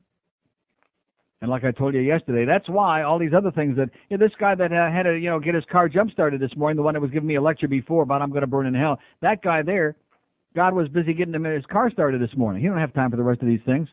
He's too busy with ball games and horse races and getting this guy's battery started. So like when that girl at Littleton, Colorado says, yes, I believe in God, he didn't force the gun to jam or something like that happen, or somebody to come running in from behind, one of the members of the SWAT team, and save her life at the last second. No. She just got blown away. 127 at 560 WQM, on a 34 at 560 WQM, the Hank Goldberg Show at 2 o'clock. Here's a fax from Mike who says, what are these people so worried about? Just live and be happy. There you go. D&H, do no harm, do unto others, live and be happy. What a concept, huh? Oh, no, you got to believe this. You got to, yeah, I'm right. That old black magic and that black dark hand, huh? Everywhere you look, there's something black and evil. Which reminds me, what are we going to do about the gorillas in our midst? Here's Miami. Hello. Hello? Yes, sir. Yeah, I'll give you something black and evil. The church's bizarre creativity doesn't just stop from the list that you read in the pamphlet. And I'm going to quote from an article on medieval religious practice. Artists in the 15th century often called attention to the penis of the infant or the adult Christ. and the cult of the holy foreskin was popular in the later Middle Ages. All right. Although the hagiographer Raymond of Capua and the artists of early modern Europe depict Catherine of Siena as marrying Christ with a ring of gold and precious stones, Catherine herself says she married him with his circumcised flesh. Brigitta of Sweden received a revelation from God saying where Christ's foreskin was preserved on earth, and the Viennese beguine Agnes Blaniken received the foreskin in her mouth. They sold it. It was a pickled sausage in one of those big jars in the brine, you know? Oh, no, but she said she then. found it to taste as sweet as honey. Uh-huh. I thought you might like that. No, I don't. And have a great day. Okay, Jesus' foreskin was as sweet as honey. Oh! How do you like that, huh? Maybe we'll be singing a different tune here before this show is over. Get the honey, Junior. 567-0560, pound 560 on the AT&T wireless line. There's only one foreskin in the world that I'm sure is as sweet as honey. Here's Opalaka. Hello. Opalaka? Let me say it again. Opalaka. Opalaka. That's what it says. Hi, Yeah. Neil. Yes, sir. You sure say something when you spoke about that 45. You need to say that good again and set those people on fire again. Mm-hmm. That is really something. Mm-hmm. You really say something. Okay, well, you said something too, but we just don't know what it is. 567-0560, pound, do you know what it is? No. No. Well, whatever it is, he said something. Here's North Lauderdale. Hello. Hello. Yes, sir. Hi. I'm not going to talk about foreskin, but I'm calling from the pro-Christian perspective, and I just like to say that you're talking about how there's a lot of evil in the world, and God's about love because he sent his only begotten Son to earth so that he could be sacrificed. Right. If you believe in him, then you're saved. That's why they told people to stone to death their disobedient children and to kill the enemies and all this other murder. And evidently you didn't listen to a word that I read in that pamphlet, did you? That was all part of the plan. That's part of God's plan for him to be stoned. If you read your Bible, to be stoned? Well, I tell you, if he comes out our neighborhood here, he can get stoned real fast. We got all our good Jamaican friends. They'll take care of him. Yeah, man. He'll be stoned in 15 minutes. That was brilliant. That was really very perspicacious, sir. A lot more calls like that, and I think by 2 o'clock, they'll all be saying, hey, you know what, Neil's right. 567-0560, pound 560. See, if you want to believe that there's some powerful creature that's got a plan like that, then all I can say, pardon the expression, heaven help us. Oh, man. Talk about not having a prayer. Free drugs. Tonight I have free drugs. Tool, hard on take it. Tool, hard on take it. Bust. The longest tool, the highest tool, the smallest tool. My fellow Americans, I stand before you tonight. Hard on, growing, hard on, expanding, hard on, rising. I reach out my tool to all of you, a rock solid hard on, free drugs. Tonight I have free drugs. Tool, hard on, take it. Tool, hard on, take it. And ask that we join together in saying to the American people, take it. 142 at 560 WQM. How tragic, how sad, how pathetic it is to me when I hear a young voice like that from somebody who's obviously been so well indoctrinated and brainwashed and had all that crap hammered into his head, and he repeats as if by rote. And so God gave his only begotten Son so that those who believe have everlasting life. There we go with those grotesque stories of human sacrifice again. How about this? How about if God would have, if there was a heaven, and if St. Peter was sitting there to judge each and every one of us when we died, how about if judge you on whether you were a good person or not? How about having a motivation for people to do good in their lives? So if there were a heaven and a hell, the people who were good people would go to heaven, and the people who weren't good people would burn in hell, as grotesque as that. Or maybe they just wouldn't go to heaven. Because then none of the bad people would Maybe show they would up just with their go bucks. to 7-Eleven and say, oh, thank heaven for 7-Eleven at least. Yeah. But no, instead of that, you got to believe these fairy tales, and as a result, I'm going to send my only begotten Son, whatever, of course, that means, so he can be, nailed up to a cross and have nails driven through his hands and be tortured and die a grotesque, horrendous death. Talk about a sick, twisted, hateful, sadistic story. And this young guy is calling and repeating it because he doesn't have a brain anymore. I'm sure you're a nice kid, but, it's very sad to me that somebody like you has had his brain stolen. Remember in Frankenstein? How they had to steal the brain for the monster? Igor had to go get the brain. Yeah, Igor. Well, he wasn't biting that day, so he had time on his hands. And Igor went, and unfortunately they got the brains mixed up, and they stuck the criminal brain in there. But at least Frankenstein had a brain. These people have had their brains stolen, and nobody's come up with a replacement yet. Here's a mobile in the Keys. Hello. Hello, Neil. Yes, sir. Calling back again. I got disconnected before. Okay, I can actually hear you now. Continuing with my conversation, what I was stating was basically a lot of stuff you're quoting are scriptures that were written like over 20,000 years ago. And to confuse the 20,000 years ago? Or more. Where do you come up with that number? Where do you come up with 20,000? Well, going through the birth of Christ. Is 20,000 years ago? Yeah. The birth of Christ? I'm talking about 2,000 years. I'm sorry. Oh, okay. Well, what's 18,000 years among friends? Yeah. Well, I'm not to fight over technicalities, but what I'm saying is to say that that's God. You're talking about man-made scriptures, which are flawed. It's just like politics. It's flawed. Yeah. You can't say that is God. So religion is like politics? You're saying it's full of crap? I'm saying the scriptures, for the most part, are full of crap, sure. Because they were written by man. They were made up. They're fairy tales, yeah. They're fairy tales to try to explain something that is very difficult to explain. I mean, look at No, they weren't written to explain something. They were written to control people. That's what they were written for. This is true, too. I don't argue that fact. But then to say that God does not exist because of something that was written by man, it's not. I don't think that's an accurate way to go about it. Sir, let me ask you something. What difference does it make if God does exist? Because if the scriptures are all a bunch of crap, as you're saying, and I would agree with that, what difference does it make? What do you mean? Well, the difference. Just exactly what I said. What difference does it make? Well, I'm going to answer that. The difference that it makes is if you don't have appreciation for the miracles that are happening, on a daily basis around you. Like what? Just the very fact that we exist. Look at the activity, the life. How about the cockroaches? Did they exist? Yeah. And does that have something to do? Does that have something to do? Do they have a god? Of course, it's all the same. Mosquitoes. Mosquitoes. There's not an individual god for roaches and man. It's one holistic God. Yeah. That created the whole universe. One holistic, yeah. Based on what? Let me put it to Based on what? Well, let me answer that question. Man is in the infancy of understanding the miracle that is God. Sir, there are three little there are three little words that man should say a lot more, including you. And you know what those three words are? I don't know. Thank you. 567-0560, pound 560 on the AT&T wireless line. There's God made the cockroaches and the mosquitoes, just like that bit, and then the song also says, everything that stings, everything that bites, everything that infects, everything that causes disease, everything that's a real pain in the ass, God made that too. Thank you, God. Thanks for the mosquitoes, especially the ones as big as bowling balls. Thanks for the bufo toads.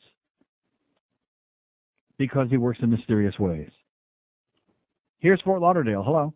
Hello. Thanks for all the new strains of disease that we can't cure. Yes, sir. Hey, yeah, when I was a boy, there was this priest who used to come over to the house all the time, and I was close friends. Great. That's real cute. 567-0560, pound 560 on the AT&T wireless line. That was real beautiful. Here's Miami. Hello. Hello, Neil. Yes, sir. Hey, how you doing? I've been waiting for a while now. Uh-huh. I called 3 times and it hung up on me. Just wanted to say Maybe that George don't like you. My name is George, so he probably doesn't. Okay. So the thing that you put on earlier, I don't know, that is exactly what happens. Mm-hmm. They do not know. What you believe is what you do not know. You ask somebody what is 2 times 2. If they know it's 4, they're going to tell you it's 4. If they do not know, they're going to tell you, I believe it's 4, because they probably do not know it is 4. The same thing with the religion. They say, I believe in this, I believe in that. Yeah. Do they know that? No, that's what they have to say, I believe. Mm-hmm. That's it. So let them believe and let everybody else alone. That's very simple, isn't it? Leave everybody alone. You believe what you want to believe, and I'll believe what I want to believe. But they don't. That's their problem. Exactly. Wherever the hell you go, there it is. Yeah. By the way, if there is a hell, I am going to hell. As a matter of fact, whoever the hell dies before me, I ask them to get me lava front. Okay, I'll see you there. That's it. I'll see you and there. for VSOM Bobby there, you're a maggot. We'll have a party for you. Alrighty. Okay. Maggot rhymes with priest. Must have been the one that other kid was talking about that had a little problem with that kid. Rectum? Yeah.